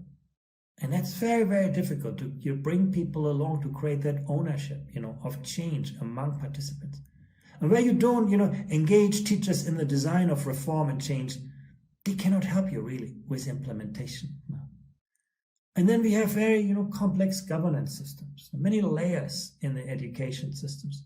We don't have an education industry like the medical sector has that supports the education system. We have badly felt this in the pandemic with technology. Very, very tough situations. And also, remember that it's never programs and initiatives and pilots that scale. What scales is culture. And culture is always the hallmark of effective leadership. Culture is about system learning. It's about system-wide innovation. It's about purposeful collaboration. If you want to achieve transformative change, don't ask yourself, whether your people will follow your instructions. Ask yourself how well your people can really collaborate. The real obstacle to education reform is often not conservative followers, but to conservative leaders. You need to be, as a system, really transparent with teachers and school leaders about where you want to go and why. What reform will actually mean for them. You need to be aware of how organizational policies and practices can either facilitate or inhibit change and transformation. You need to tackle institutional structures that are often built around the interests and habits of adults, not of learners. You need to recognize emerging trends and patterns and see how they may benefit or obstruct the goal of change. And you need to have a really good understanding of what motivates people. Change is often, like a huge iceberg. You only see the small visible part above the waterline. This is the class sizes, the structures, the resources, and so on. The invisible part under the waterline is usually about, the beliefs, the interests, the capacities of people. If you don't, address those, you will not change the system. Now, that's why our systems are so heavy so slow to change. And maybe one day they will crack apart under the pressure. Maybe, schooling will disintegrate, technology will take over. And, for many of our students, the digital world has already become the real world. Now, you can see here in Slovenia, students, 15-year-olds, spend over 30 hours per week on the internet. And in countries like Denmark and Sweden, it's over 40 hours, close to 50 hours. The digital world has already become the real world. But, to be a digital native doesn't mean that you are digitally skilled. When we measure the extent to which students can actually, navigate the internet effectively. Yeah, in East Asian countries, typically students are very good at that. They can distinguish fact from opinion. They can, navigate complexity, search for complex information. Slovenia is also quite well positioned on this. But you can see in Slovenia, as in most other countries, the majority of young people are not ready for the technologies that they have in front of them. That's the reality with which education systems need to cope in the years to come. And the technology is actually a powerful driver of change. It can help, personalize learning, improve, student engagement. It can, help us understand the dynamics in classrooms through learning analytics. It can improve equity, particularly for students with special needs. And for education systems, technology can signal where students fall behind, support teachers in teaching, and manage accreditation and logistics. But reality still looks like this. PISA shows the more students use technology in classrooms, actually the poorer they come out on the PISA test of digital literacy. And that's true whether you talk about playing simulations at school or doing homework on a school computer or using learning apps or websites, whatever.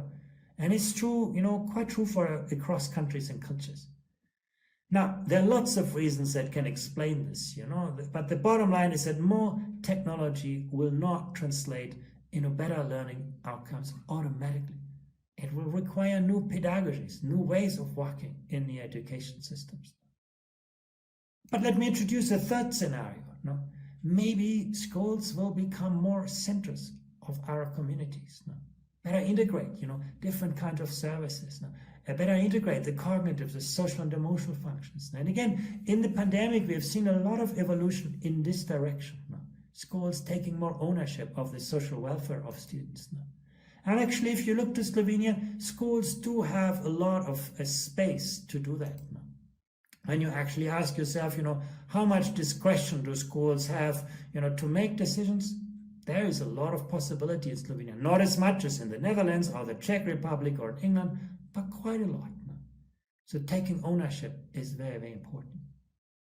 And last but not least, one last scenario, maybe one day, educational institutions will fade into the background. Learning will take place anywhere, anytime, anyhow.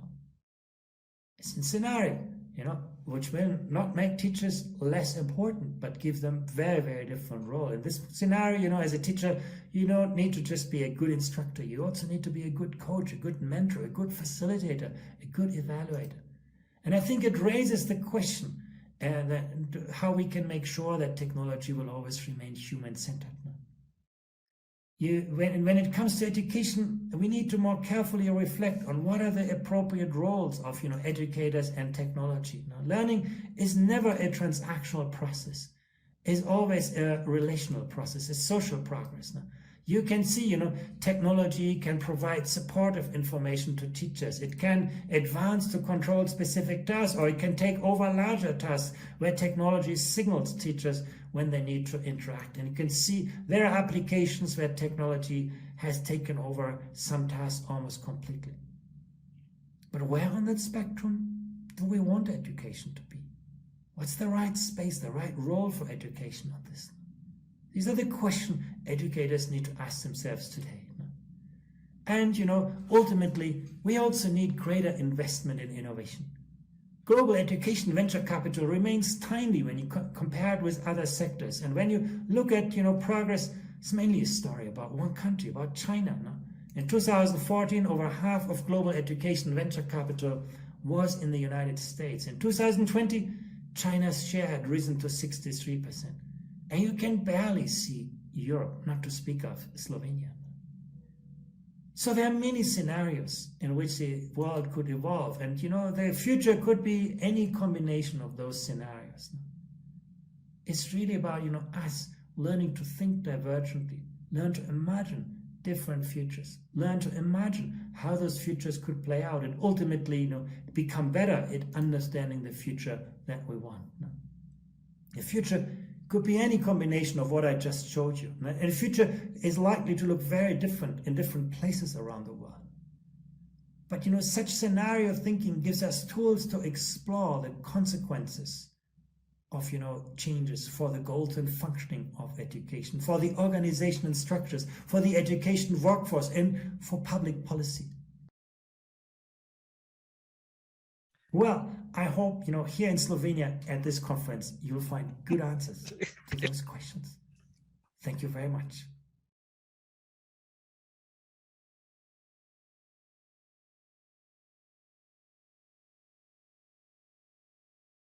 new concept to us. Thank you very much for this introduction and for the invitation. So it's not really a new concept, but it is in line with everything we have heard before the virtual break. So what we heard from the CEDEFOP and on the career platform. So this is a segment where a key attention will have to be put when we talk about a sustainable work. What we have to make a distinction between quality performance of work and what is a decent performance of work. In practice, these are intertwined. When we talk about a decent work, what we have in mind is decent conditions, climate, health and safety at work, and the fair pay for the work, the working time that and matching between the relationship between work and family. So we have two approaches here. The approach by the workers, where they see as important everything I mentioned so far, but the attention is, of course, on the pay, whether I earn enough or whether my wage or salary is appropriately assessed. And then the work or a product to be performed or manufactured in a quality manner is such that actually is selling itself on a market. But when we talk about the work performed in a high quality manner, my approach is different. So in addition to the decent work, also a sustainable aspect is important. So when we listen to the CEDEFOP contribution, we heard about the skills, the competencies that are needed for a job to be performed. The problem we are facing in Slovenia is that the employers expect to employ a person who will know everything at a specific moment, and that is that. And the workers expect that they will be able to perform work or a job that is in line with their expectations, but nobody acknowledges dynamic aspect in the new economic motives, new types of employment, and new types of performing jobs. So this dynamic aspect and the need for additional training, acquiring new skills. International studies show that formal education or training is very important, but it is losing its importance, and that life experience, the skills resulting from the so-called non-formal learning are gaining importance. And on the other hand, we also have problems with lack of motivation.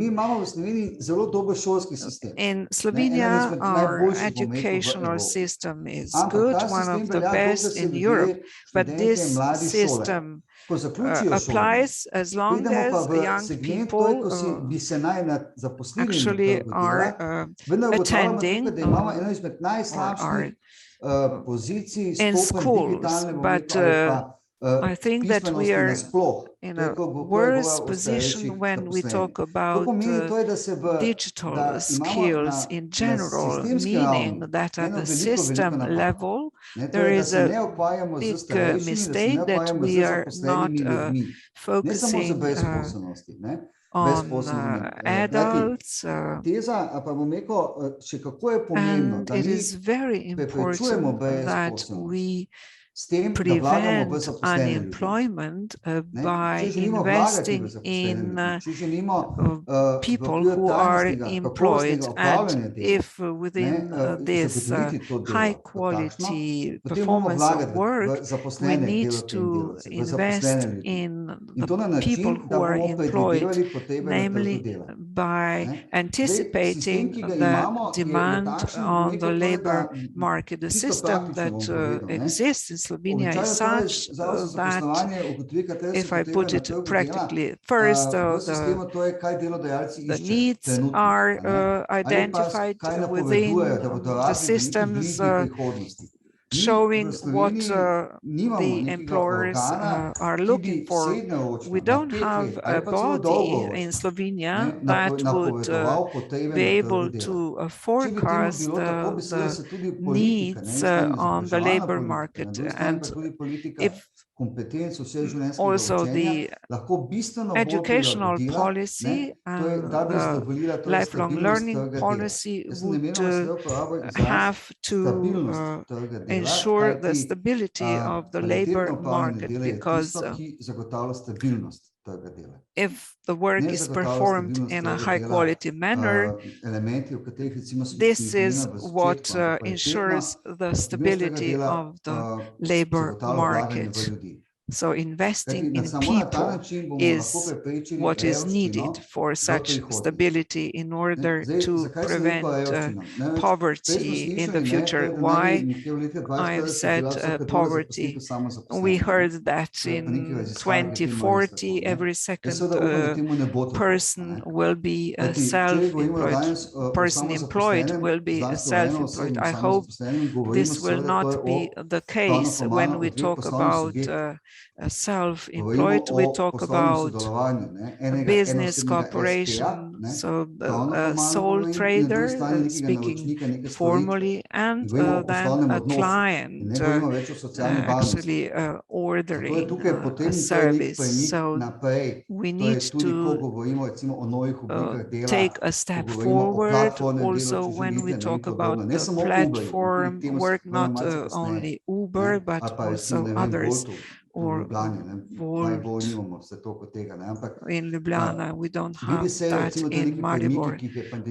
So these are the consequences, developments resulting from the pandemic. So forecasting is definitely needed.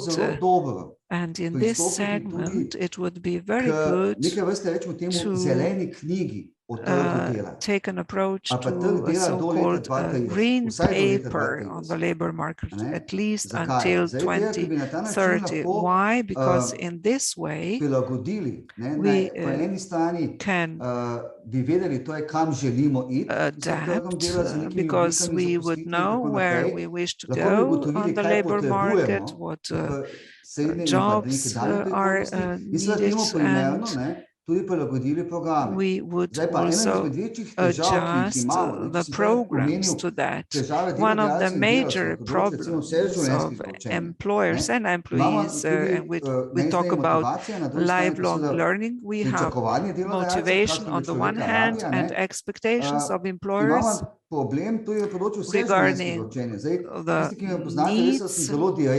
So I am very direct, as you know me, and what bothers me, that lifelong learning and acquiring new skills depend depend more or less on projects and EU funds. And if this is so, then I can't say that competencies, new skills, lifelong learning, investing in people to improve their skills, and that they are elements of sustainable performance of high quality work. If something is depends on the source that is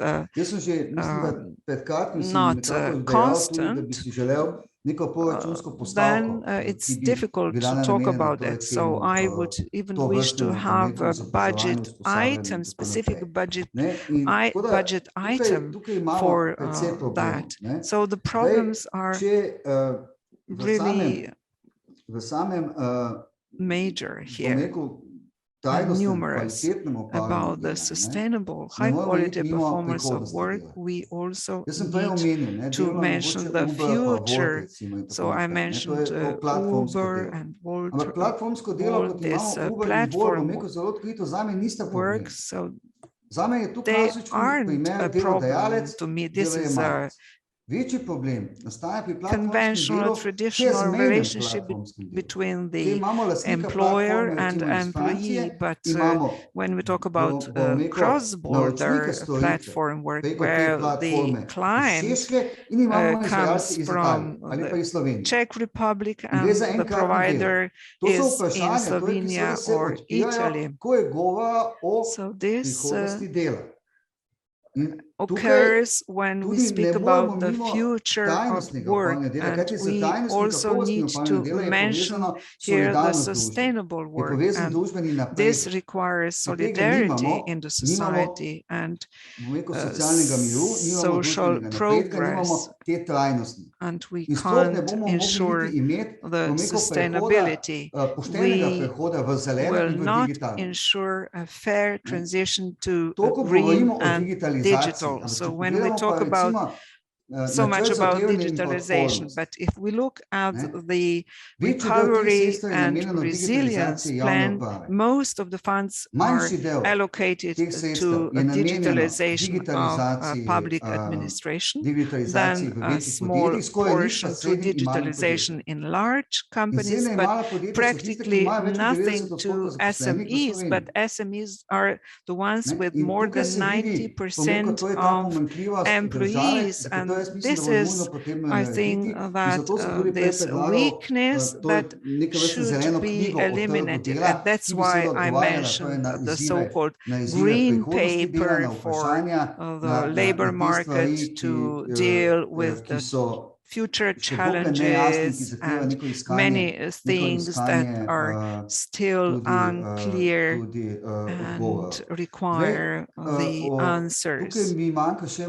What I miss here is that also at the level of the state, social partners and other stakeholders that should also be part of this green paper, labor market green paper should develop a decent work agenda where the right to training, acquiring skills through the career platform, as we heard, should become a fundamental human right and part of the decent work or decent job agenda. So we are talking about a system and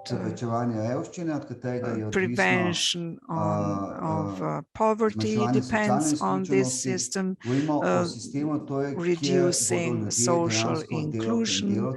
So this is a system where employees will not be only numbers. So what I would say is that, so I've been involved in that for so many years, and I have learned also from you how important life learning is. And I'm sure that without it, it won't go. And the government should play a key role here, in addition to social partners, trade unions, and employers, and within the contracts that apply at the level of the state, they should include the elements of lifelong learning, acquiring skills and competencies, and they should be a driving force to be involved also in identifying the labor market needs and the ways to address all the challenges. So this, the foundation of everything or basis are wages,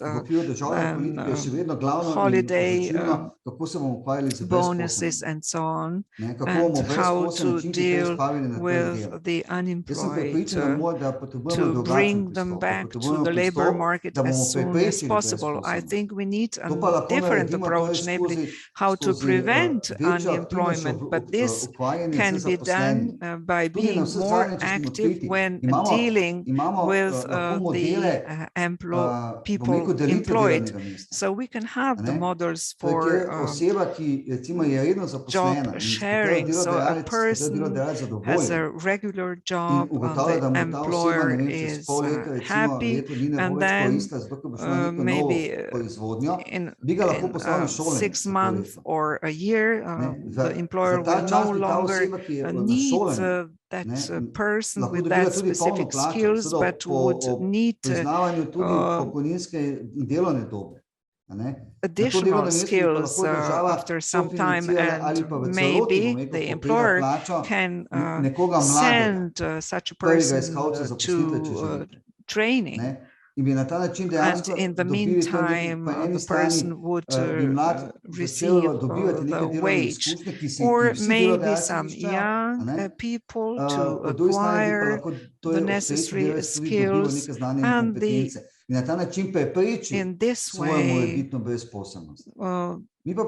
potential unemployment is prevented. But we are in the situation where we have divisions on the labor market, and young people understand some employment rights differently than somebody who is more than 35. So when I was young, I worked 30 to 35 to 30 or 40 hours a week. So when you are 30 or 35 and you start establishing a family, you have other priorities than only 8-hour working time.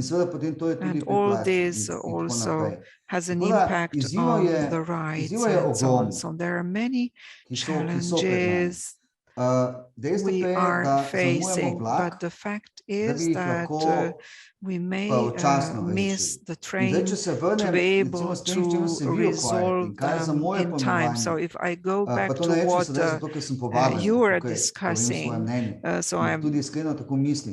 I sincerely think so. So you're dealing with the essence of the sustainable performance of work, so the competencies, lifelong learning. If we aren't developing that and connecting that with all the components, and to look at it in a wider social context, also in the context of sustainable performance of work, we will have big problems. So we are only a minute to noon to do something so that we do something in lifelong learning and acquiring skills or developing skills. So, not only the employers and employees are involved in that, but also trade unions that have to be responsible for the development of the labor market. And without lifelong learning and skills, acquiring new skills, we can't speak about a high quality social development and a fair digital transition, a fair green transition. All of these requires competencies and skills, and we can't talk about high quality performance of work. And all this has an impact on the quality of life. So what I would wish to invest more in people and their skills, and also that in the educational system there is a course to explain what lifelong learning is, what are skills and competencies, why they are important, because I think it's non-existent. As the previous speaker said, maybe I would reply to a slightly simpler question. Thank you very much for this contribution. I think that you have touched upon the key things that are important not for experts but all individuals. Thank you for all your cooperation beyond this event. It is obvious that you are really experienced in this field, and really I have to mention here that in the chat there is another proposal for cooperation with the Ministry of Labor in a career platform. So the forecasting and everything that was mentioned in the first session. So this is very important, and the national expert group for lifelong learning is actually established based on different ministries, and I hope that also the trade unions will get involved in the establishment and implementation of this platform. Mr. Stoyan commented your contribution and agreed that your thoughts are really based on life experience. Yes, you said that I opened up some questions and that I was very direct. So when I prepared for this contribution, I had two options. One was mentioning statistical data that is necessary in this context, but it seems to me that such events as this one should be actually used to talk about the challenges.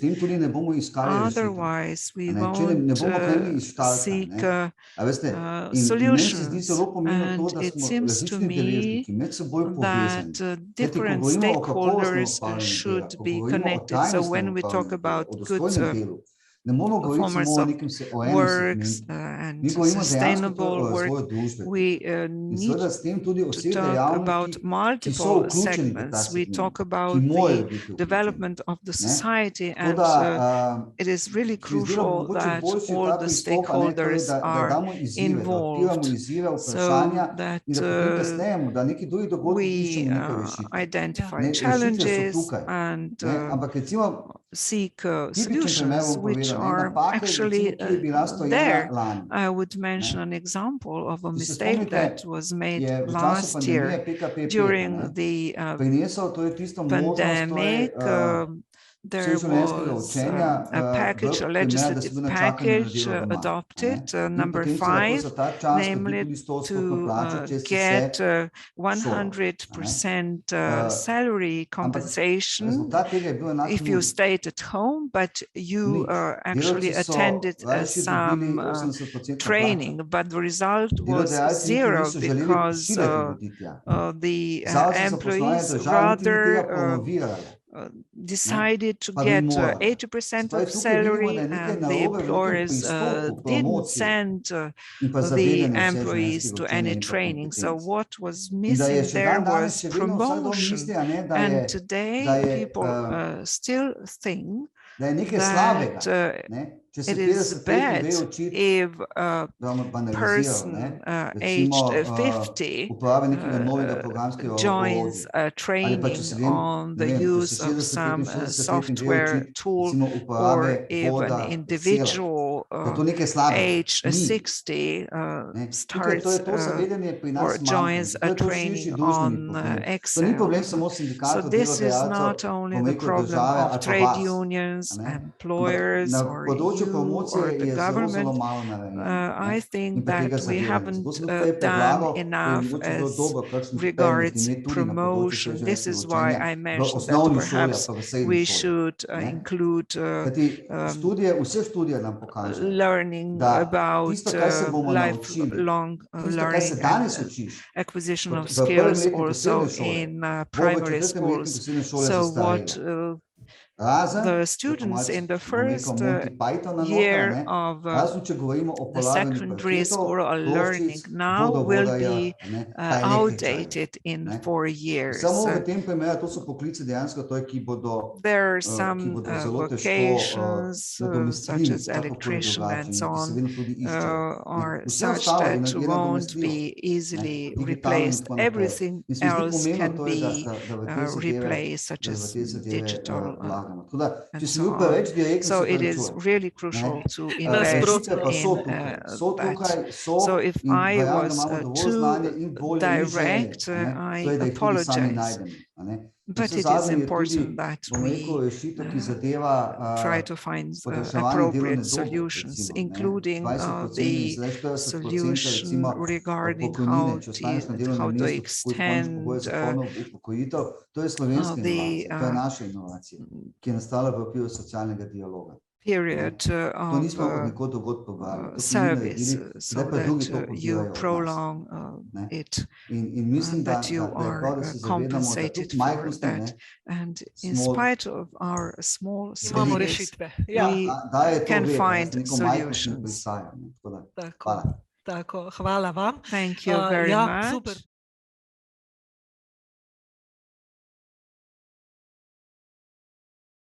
Ja, prav lepa hvala za besedo. Jaz bi zdaj najprej kar takoj. Thank you for the floor. Let me share the screen first. Maybe this first page is shocking, or perhaps not. When we talk about the future scenarios for work and training, we as adult training professionals should, of course, take broader humanistic aspect regarding the society, and also this can be referred to what the previous speaker said about the decent work and investment in people, and that the demand for simple jobs is still high. So the society as strong Prosti, samo en del prezentacije se vidi, tako da moraš tale gumbek stisniti. Individual links are strong. So just to maybe change your screen sharing a bit because we couldn't see the whole screen and the whole PowerPoint presentation. So this photo maybe take us immediately in the direction in which I want you to think about, namely the vulnerable people in our society, and we shouldn't forget when we talk about decent work and simple jobs, or when we talk about the future scenarios regarding labor, or how we want to train people on digitalization and for new challenges in the future. I think so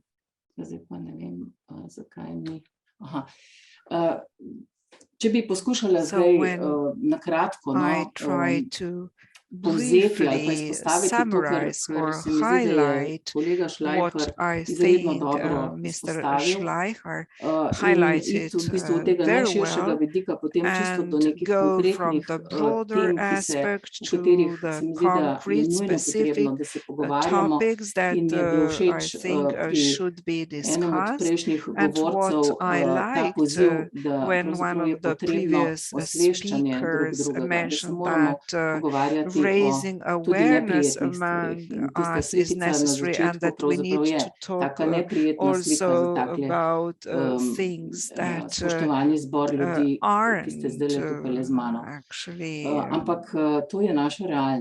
easy. But this is our reality, and as Mr. Schleicher mentioned, one of the things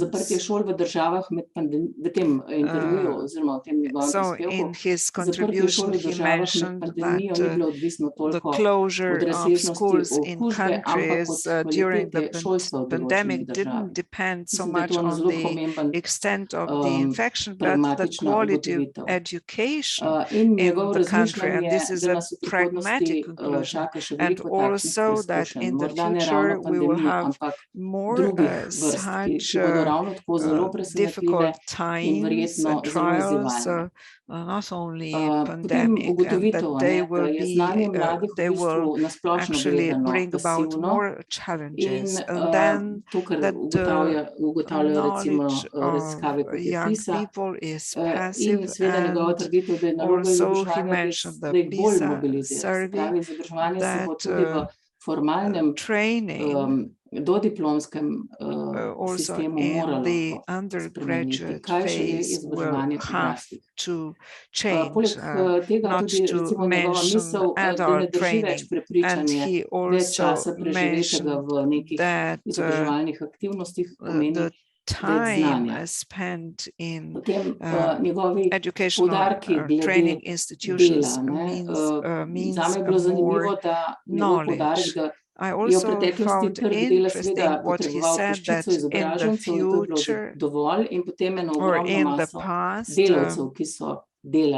the labor market needed a handful of educated people, but many people performing a specific job. And also that 40% of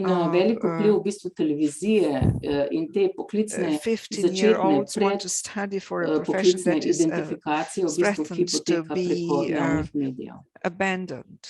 And that also In potem prepričanja, recimo ravno 15-letnikov v Sloveniji je navajal kolega Schleicher, da v bistvu verjamejo, da na lastno prihodnost nimajo pravzaprav zelo veliko vpliva. Potem ta poudarek, da navidezno ali pa tudi resnično pravzaprav digitalizacija pomeni demokratizacijo družbe, ampak na drugi strani tudi zelo veliko grožnjo pravzaprav človekovi samovidnosti, so is a major threat tudi ta trditev, da je potrebno v bistvu v šolah začeti razvijati necessary to razmišljanje ali pa veščine kot jih imajo znanstveniki, zato da bodo mladi se znali znajti v vseh teh spremembah, se mi zdela zelo pomembna. In seveda tudi to, da tako kot kognitivne spretnosti, da so pomembne tudi socialne in čustvene, kar recimo še 5 let nazaj pravzaprav ni bilo tako zelo poudarjeno. Social and emotional skills are equally important. And finally, he said that we need to prepare for different scenarios in the future, and it isn't necessary that one of the four that he mentioned will prevail. Perhaps a completely new scenario will be developed, not known today, as for example this pandemic, and 2 years ago we didn't know it at all. And as a starting point, podatkov, ki jih bom skušala prikazati, povedala, da brez dobro razvitih zmožnosti v sedanjem času, da se ne bomo mogli dovolj hitro odzivati na spremembe, ne predvidel in tudi glede vseh drugih splošnih, v bistvu zadev z našega vsakdanjega življenja, preživetja in tako naprej. In seveda, kot raziskovalka se bom zdaj oprla na podatke raziskav in najprej bi začela s podatki, ki so v bistvu generirani na osnovi v bistvu več kot milijardo in 150 milijonov odraslih ljudi, kajti toliko na tako populacijo se lahko pospešujejo podatki, ki so bili zbrani v eni največjih raziskav spretnosti odraslih PIAAC. In sicer kaj so tisti ključni poudarki? Se pravi, do 1/3 ljudi, v bistvu celo v Evropi, lahko so po nekaterih delih Evrope, ki nimajo dovolj razvitih temeljnih spretnosti, da bi lahko zadovoljivo participirali v sodobni družbi. Se pravi, da bi lahko to demokratizacijo, ki jo prinaša digitalizacija, živeli. Potem druga zelo pomembna stvar, ki jo vedno znova zelo izpostavim, je, da spretnosti s časom usihajo. To je kar splošno znano, pričakovano, pa vendar je ta raziskava potrdila, da spretnosti s časom usihajo, vendar ne pri vseh enako. Da v bistvu usihajo močneje, takrat, kadar so v bistvu združeni različni dejavniki, ki negativno vplivajo na to usihanje. In tudi to, da le 1/3 ljudi, če gledamo planetarno, pravzaprav lahko nemoteno komunicira z ljudmi iz drugih delov sveta. Se pravi, 2/3 ljudi imajo ogromne potrebe po obvladovanju digitalnega sveta, zato da bi lahko normalno in v skladu s svojimi potrebami komunicirali z drugimi. Potem, kot sem že omenjala, spretnosti s časom usihajo in zelo velik ali pa pomemben dejavnik je delovno okolje. In neugodno delovno okolje pospešuje zaviranje pridobivanja spretnosti oziroma ovira pridobivanje novih.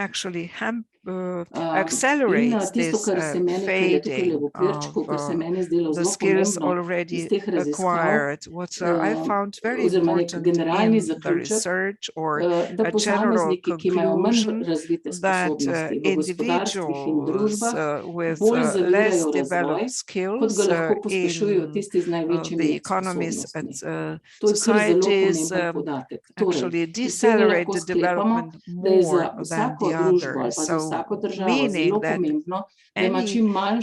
it is very important for any society to have a pool, appropriate pool of such skills, because it is too large. the development in the long run will stagnate. And another thing which is very important with individuals with low skills, the problems occur that relate to the values and the attitudes to the others. We are, so if there are too many people with low skills,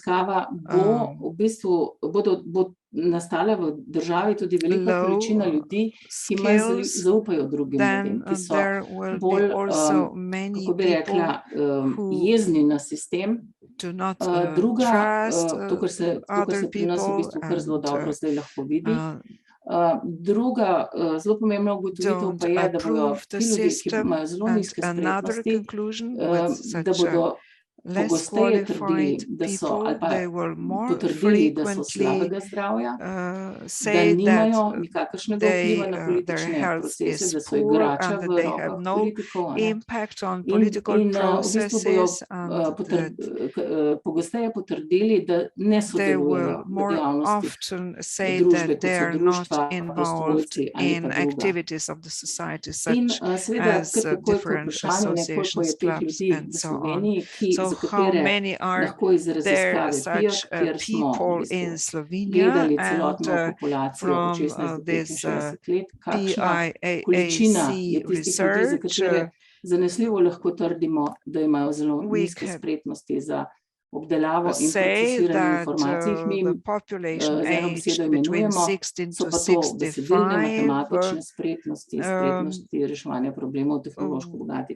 there are 35,000 labor active people. Namely, we analyze the basic skills, mathematics, and so on. So these are people who hardly read a text, who hardly calculate the square surface they need of tiles for their bathroom. So they have a smartphone, but they only use it for communication, or maybe 3-4 operations that they need, and that is all. Izobraževalci odraslih raziskovalci tako lotili vprašanja, torej kdo so ti ljudje, kaj mi vemo o njih, sploh v tistih, ki so še delovno aktivni in imajo res te najnižje spretnosti. Zato smo opravili posebno študijo, kjer smo v bistvu ugotavljali, kdo so to in kakšne so njihove značilnosti. Zelo na hitro bi samo preletela, kaj smo ugotovili. Torej, delovno aktivni ljudje z zelo nizkimi dosežki, torej s temi najnižjimi dosežki smo ugotovili, so zelo heterogena skupina.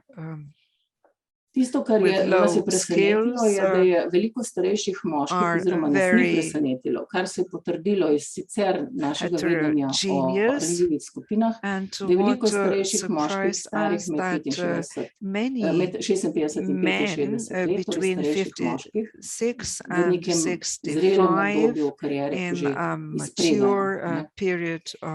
Velika večina te skupine živi v nekoliko večjih of them live in slightly larger families than general population, and 5 times more they say that their health is poor. And the partners, this information is quite interesting, and I think it is also relevant, but of course it requires more in-depth analysis. Partners of such people with low skills are less frequently employed, so meaning that this particular individual situacija. Pri njihovih partnerjih smo videli, da skoraj sedmina soprogov ali zunajzakonskih partnerjev brezposelnih. Več kot desetina pa jih je upokojena ali predčasno upokojena ali pa so bili preprosto doma gospodinje in skrbeli za otroke in družino. In to je pomeni zelo veliko finančno obremenitev, negotovost, saj je tudi dohodek te skupine v bistvu v najnižjih percentilih v družbi. Kje v katerih regijah je v bistvu ta skupina najbolj številčna? Če pogledamo, seveda osrednja Slovenska je pravzaprav gledano odstotkovno normalno na prvem mestu, ampak sicer pa lahko vidimo, da so to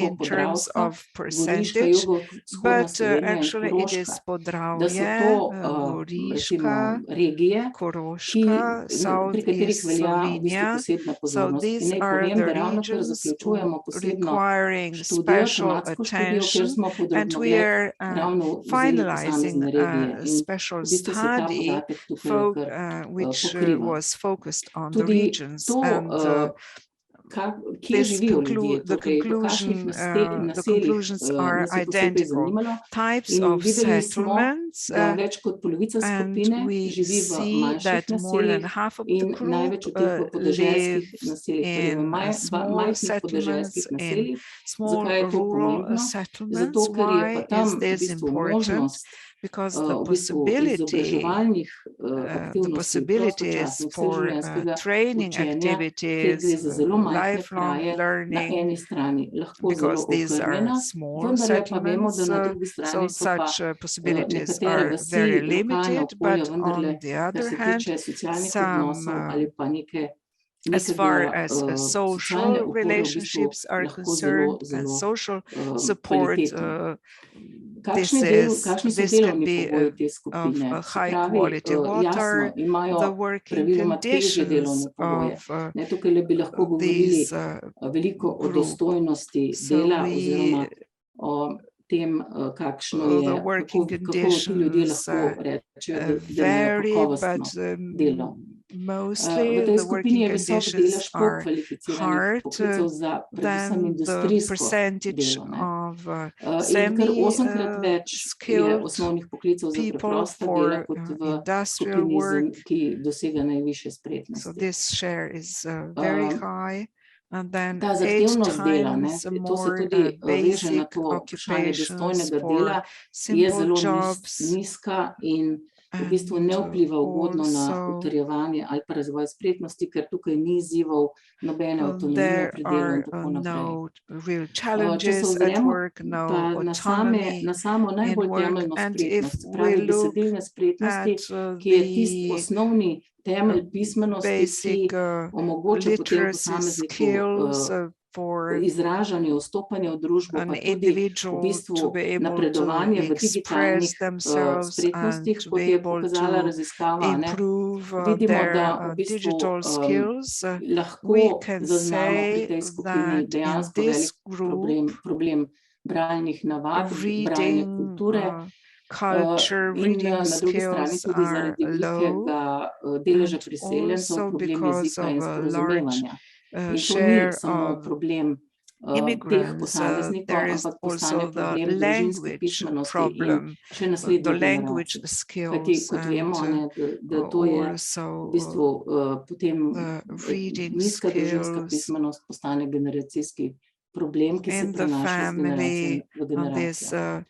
Literacy skills, slabe bralne spodbude in nizka avtonomija pri delu, če zaključim, na delovnem mestu pa zelo sta pa tista dejavnika, ki sta pokazala se kot tista, ki najhitreje prispevata k usihanju temeljnih spretnosti, tistih temeljnih spretnosti, torej besedilnih, ki so pa temelji vseh drugih.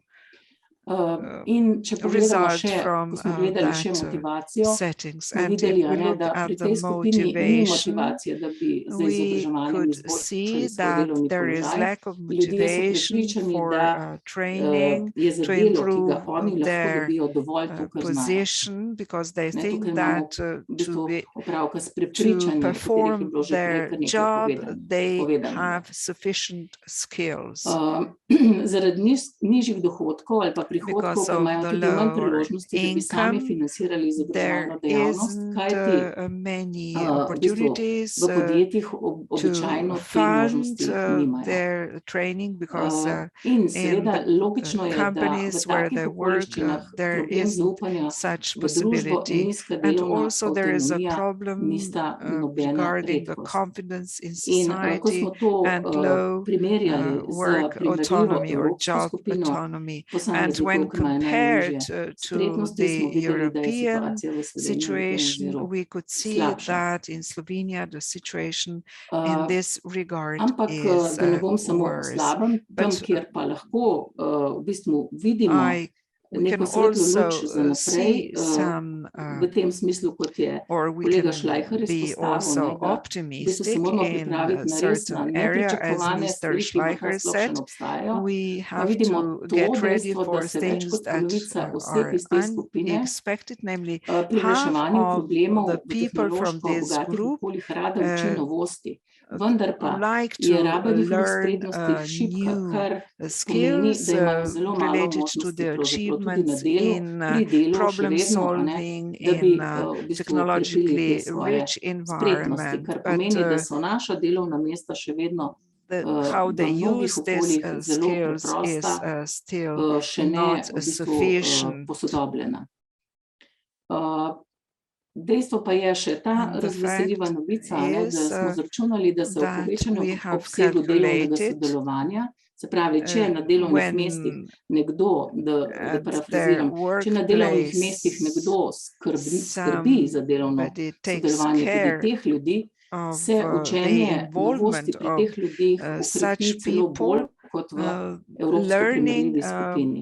Kar z drugimi besedami pomeni, kljub temu, da v bistvu imajo ljudje z zelo nizkimi spretnostmi težke pogoje, vendarle še niso izgubili upanja v boljšo prihodnost. Ali pa v to, da je učenje smiselno.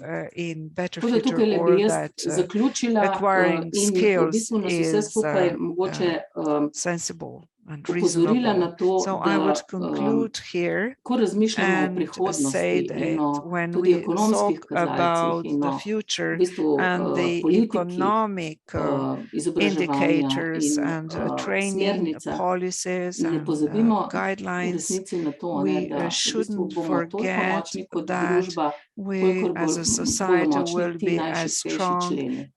In čeprav je to neprijetna, ta slikica, ki sem jo dala na začetku, neprijetno za pogledati, zares.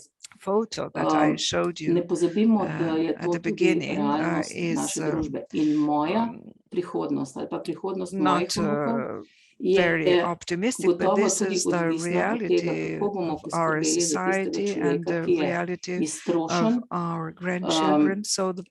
40 letih dela končal za tako nizko plačo, da se je zapil na ljubljanski ulici. Who after 40 years of work becoming an alcoholic.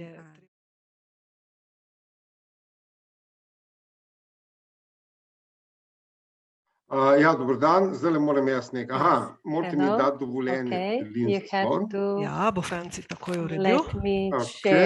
In zdaj situacija kot vidim je taka, da imam jaz zdaj na voljo 17 minut, da vam Sem vam napisala, mi smo prišli vas poslušati in vas bomo poslušali do konca. Ok, a to delitev dela, vidite vse, a vidite štiri korenje, to vas, ki se napijete, pa vas ustav policaj in reče, a vidite štiri korenje,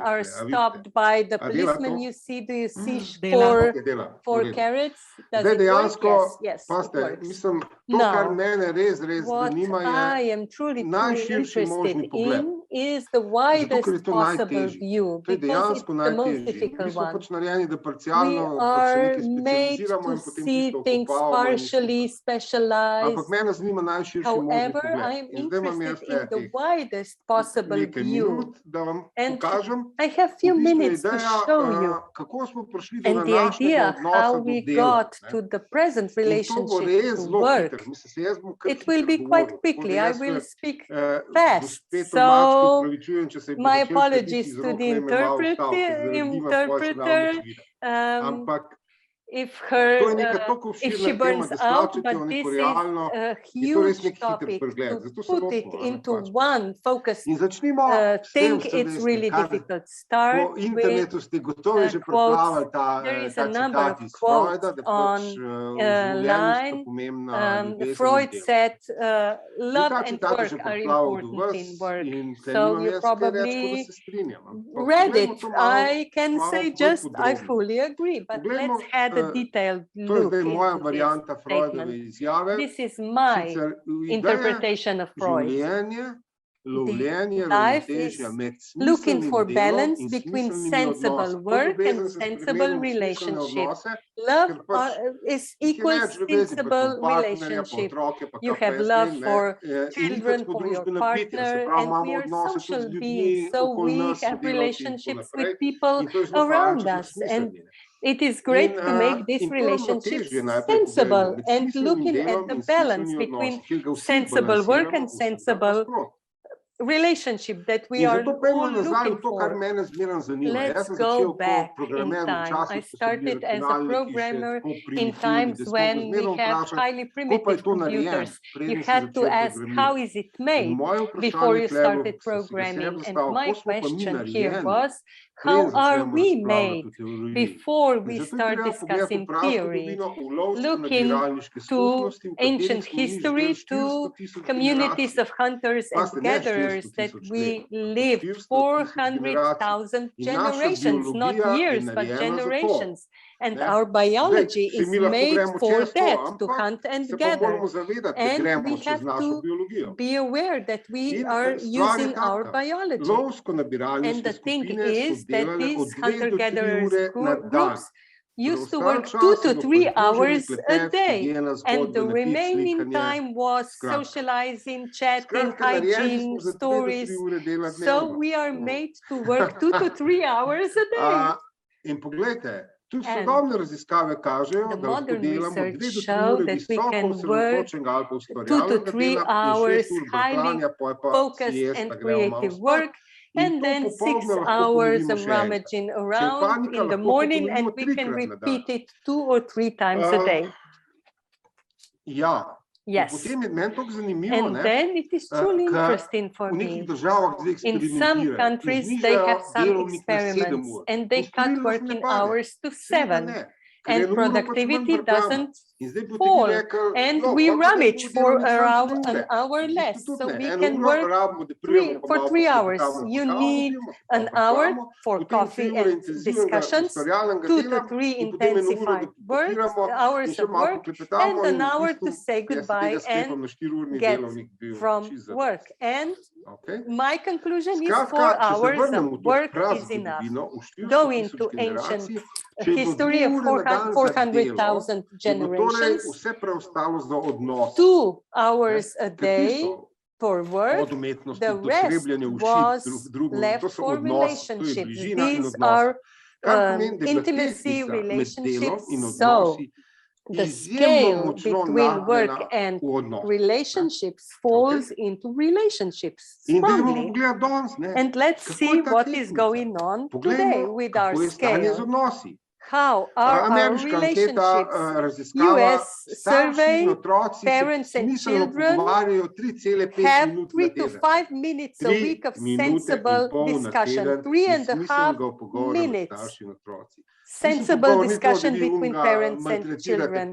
It's not to ask them what they did, where they went, and what they are eating and so on. Sensible Discussion is to express your internal state. If you read White Should Be Washed at 90, this is a story of people who cannot express about social internal situations, and Slovenians have a problem with that. That's what I'm writing about in my columns.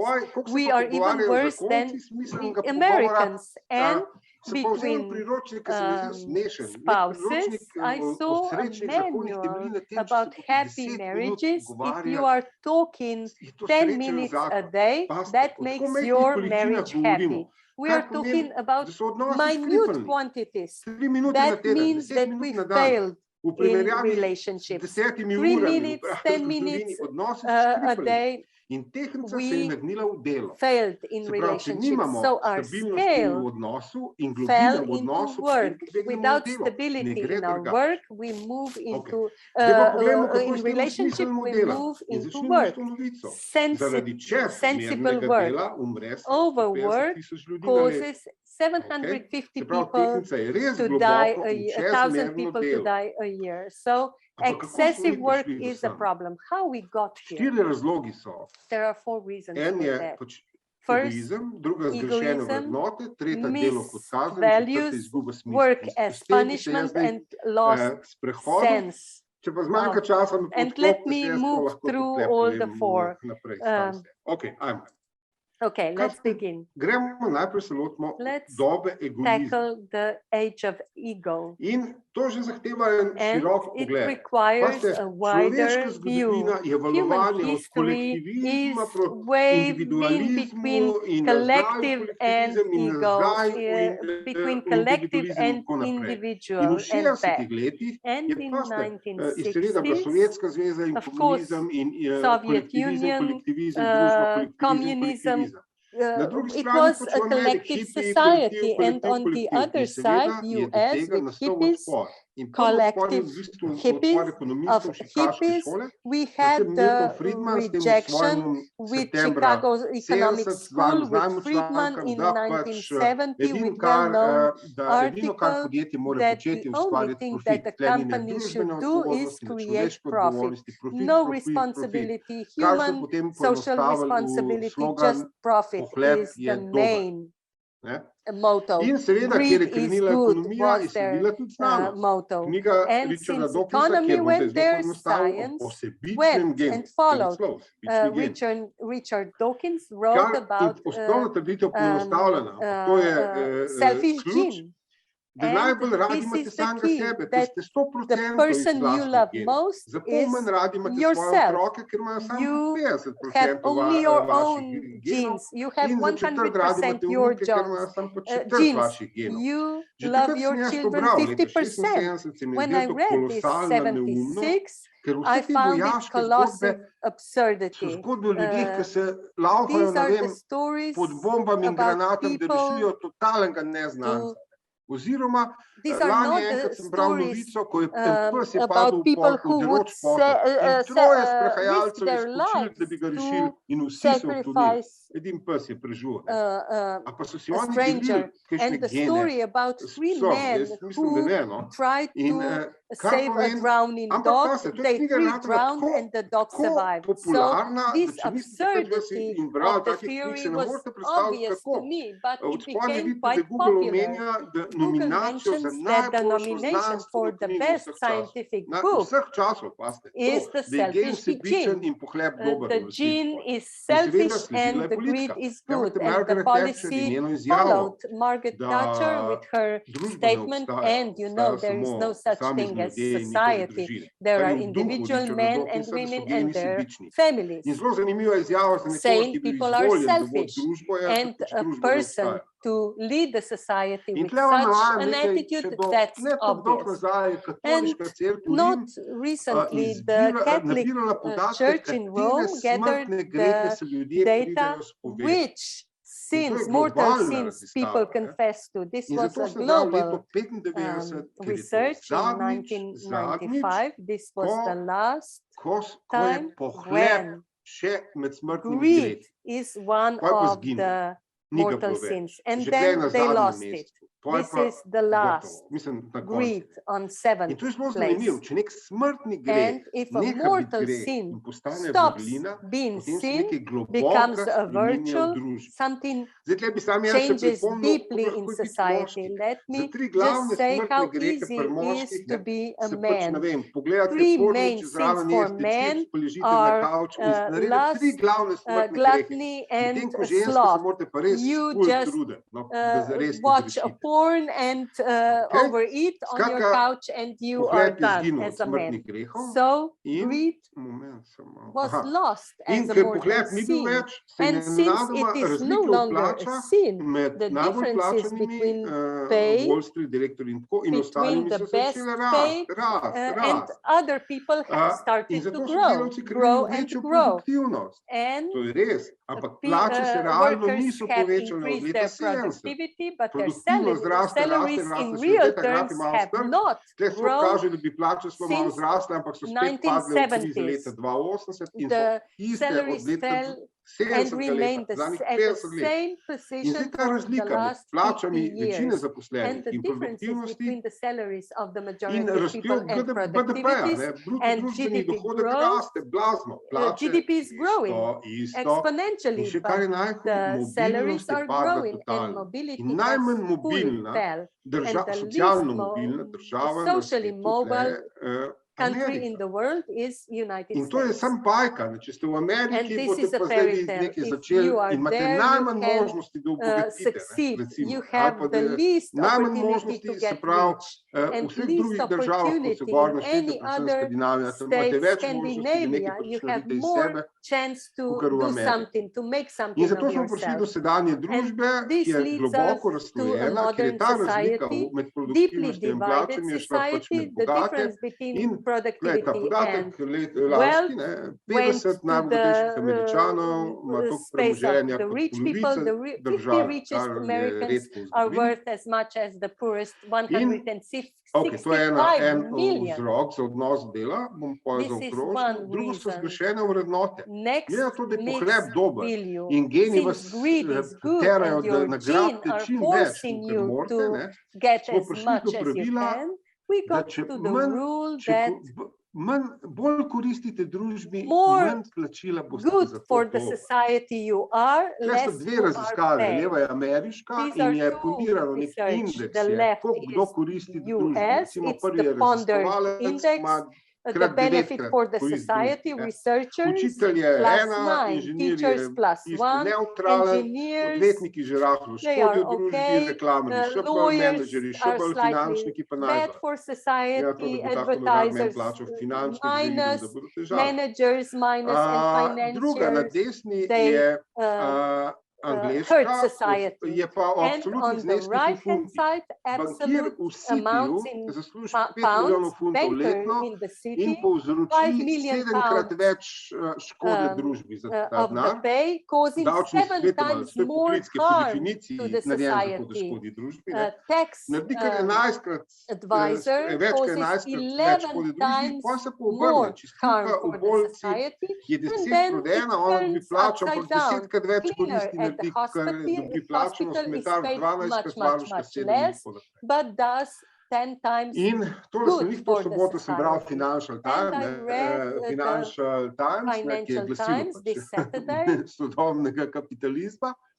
In je bilo tako This is smešno, iz tega the citata, journal of the da modern so otroke v capitalism, and tretjem this is the razredu osnovne quote. šole When spraševali, kdo več asked who zaslužne, earns medicinska more, sestra ali when they bankir, ask these so otroci questions, seveda rekli, ja, children in the third medicinska grade, sestra. Ne.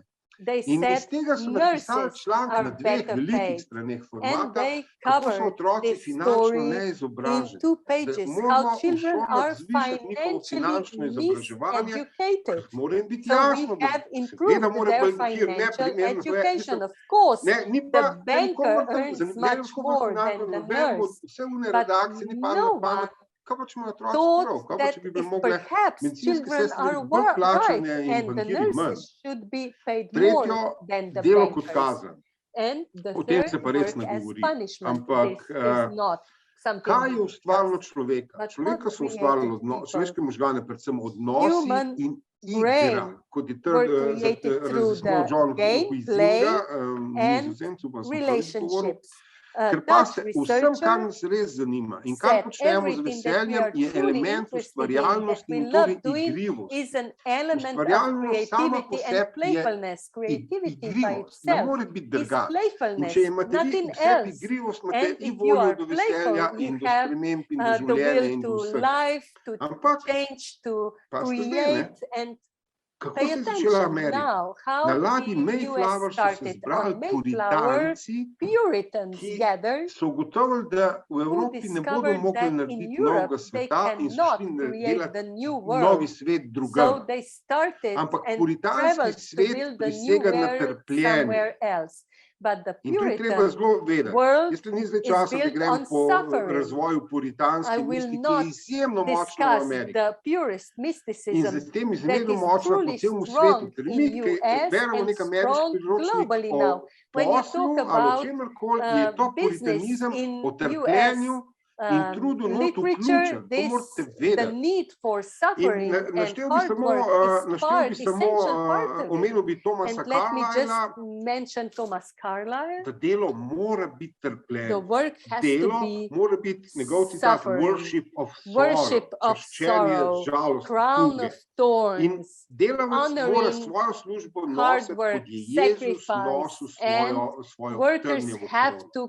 Wear the crown of thorns for their company. In tudi pri nas, če berete Simona Gregorčiča, ni praznik pred dragimi naše življenje, ampak je delov dan in vi ste rosni in potni in slajša vas človeško trpljenje, edino, kar vam slajša bivanje. In zato seveda pridemo do te raziskave iz 4 let nazaj na konferenci mladih poslovnih žensk. 2/3 udeleženk ima zase ni 10 minut časa dnevno. Zdaj prvo možnost, da to res, in to je grozno, ker pomeni, da 2/3 teh poslovnih žensk so čisti izravnotežja med odnosi in med službo. Totalno izravnotežja, ampak totalno. Drugo pa, da oni mislijo, da morajo to reči, they believe that they have to say this to be valued, to be praised, and they are lying. And if they are lying, it's horrible that we would value the fact that you lack 10 minutes a day for your private life because you constantly work. This would take another lecture, but if you value work as suffering, hard work, you hate completion. Once you are completed, once you are done, what now? You can no longer suffer. And that is why, let me serve this piece of data. In Slovenia, productivity per working hour, we are less than 80% at the EU average. We are second by invested hours, but our productivity below Greeks. The effect is much lower than our hard work. In zdaj ta kombinacija, ta neverjetna kombinacija puritanizma, egoizma in je seveda vod do tega, do odnosa, ki ga imamo na delu. In to je najzadnja Gallupova raziskava v 142 državah, 180 milijonov zaposlenih je odgovarjalo na vprašanje, ali vas vaše delo zanima. Said, are you interested in your work?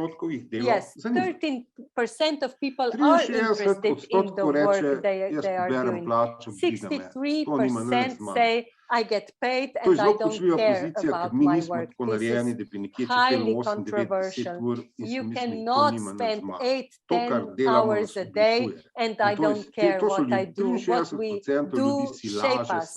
And 63% of people lie themselves. And now pay attention. 24% people are saboteurs. They are destructive in their work. Very interesting information piece of gremo data. dalje, raziskava Amerik o sreči, US research on satisfaction, 2/3 of people are unhappy. England research that was repeated in Netherlands as well. Do you believe if your job would be closed, would people notice it? 37% of people say no, no one would notice that my job is no longer done. And at the Netherlands, 40% of people said that they do pointless job, pointless work. 14 days ago, US research covering Slovenia as well, 2/3 of people are suffering at their jobs, and 2/3 would requalify, would prefer to requalify, and only 27% of people agree with the values of their organization. Interesting to go with Friedman's motto that organizations follow profit only. And in this mixture, in this area, we get to the constant dissatisfaction reflected in a number of ways. One is that 50 million of Americans believe they are allergic to modern life. They are being suffocated. They have psychosomatic illnesses now, burnouts, not because overwork, because frustration, because nonsense, because stupidity. The average worker experiences career burnout by the age of 32. And this is a similar and of course arrogance of Elon Musk, who of course without unemployment support earns billions.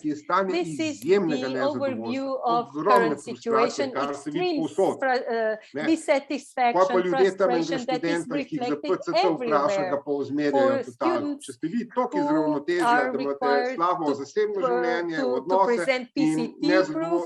If you are dissatisfied, frustrated in your life, of course you will blow out. Izhodišče je, da ljudje hočemo opravljati smiselno in ustvarjalno delo. Ustvarjalno vedno vključuje elemente igre. In smiselno delo vedno vključuje družbo, torej družbeno koristno. Other people's socially beneficial work, and teachers are creative and have sensible work. You include other people in your work. And now we are affected by pandemic, and now you are reading articles how workers have disappeared. People are not going back to work. They left their jobs. And Amazon, you see 21%. The sale of musical instruments. They are selling classical books. Anna Karenina is being read.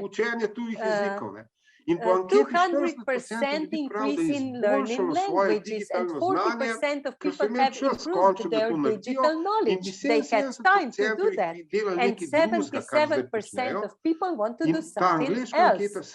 And this British survey, only 6% of UK public want to return to pre-pandemic economy, to same jobs, to same poor relationships. And now let me wrap up by saying da vas upozorim na nekaj, čemu znanstveniki pravijo plavec modre cone, to so neke kulture na svetu, kjer je zadovoljstvo življenjem najvišje, kjer zato je tudi najboljše zdravje in ljudje najbolj živijo. In to so te modre cone, ker niso v nobenem kontaktu, da nikoli druga z drugo. Ampak tukaj je 9 značilnosti, ki si vse te delijo. Prva je zmerna fizična aktivnost, rdeče so pobarvano tisto, kar vključuje drugo skupnost. Smisel življenja in dela, kot se neko, to je delo, kot vključuje drugo. Zmeren stres, pa je stres, stres je dotok novosti. Se pravi, to ni preveč in ni premalo, ker premalo novosti pa tudi uničuje. little where there is not zmerno too število much. kalorij, ne, Moderate predvsem number of rastlinske hrane, calories, zmerno uživanje plant-based alkohola food, in moderate kozarc vina v družbi. Ne se sami intake of naljoskate iz obupa v alcohol, petek a zvečer glass of pred wine televizorjem. with other people, Pripadnost not duhovni ali alone. verski skupini, pripadnost družini in vključenost v družbeno življenje. Being involved to je in recept social iz life, 5000 let, nič božjega vam ne morem being povedati. part of the Ampak v resnici family, je to part tako. of the community, Vsak and trenutek, vsakega every našega dneva moment mi of lovimo every ravnotežje our med day we smiselnim are delom in looking for smiselni odnos. balance between sensible work and sensible Občasno, mogoče pred novim letom, se relationships. dobro And ustaviti in se before the pogledati new v leto year, nazaj in it se would reči, kako be sem pa jaz good lovil to to stop ravnotežje. and Ali sem dal kakšne see, nove prijatelje, do I odnosi live z balanced mojim life? partnerjem, ali Do se I res have pogovarjal good 10 minut na dan, relationships, new a z friends? Do otroki I res take 3 10 minute minutes na a day teden se samo to smiselno talk to pogovarjal. people In around z isto us delam, ne. Ker paste, par let in nazaj je sensible direktor way? enega Few years slovenskega ago, podjetja director of a na Slovenian podelitvi nagrade company, za menedžer when leta receiving the izjavil, award, moje manager podjetje je of meni the year pomembnejše od said, žene in my otrok. company Res, ta is citat more obstaja, ne important bom to imena zdaj, me ampak to samo kaže, than my kako wife izven and my ravnotežja je children. tak človek. This Hvala shows vam zdaj how izreče. this Ampak to je balance vprašanje, this evo, pravo person novoletno is. vprašanje, But skozi this is pusti the daljše true pele New brade, ste Year rekel, question. in vam Unfortunately, I don't zastavite have a sami long to beard, but vprašanje pred still, novim letom in si nanj ask odgovorite yourself o ahead of the ravnotežju, new ker year ga moramo about skozi the iskati in balance se zanj that govoriti. you are Ok, looking najlepša for in hvala your za life. to Thank you very much. Thank you all.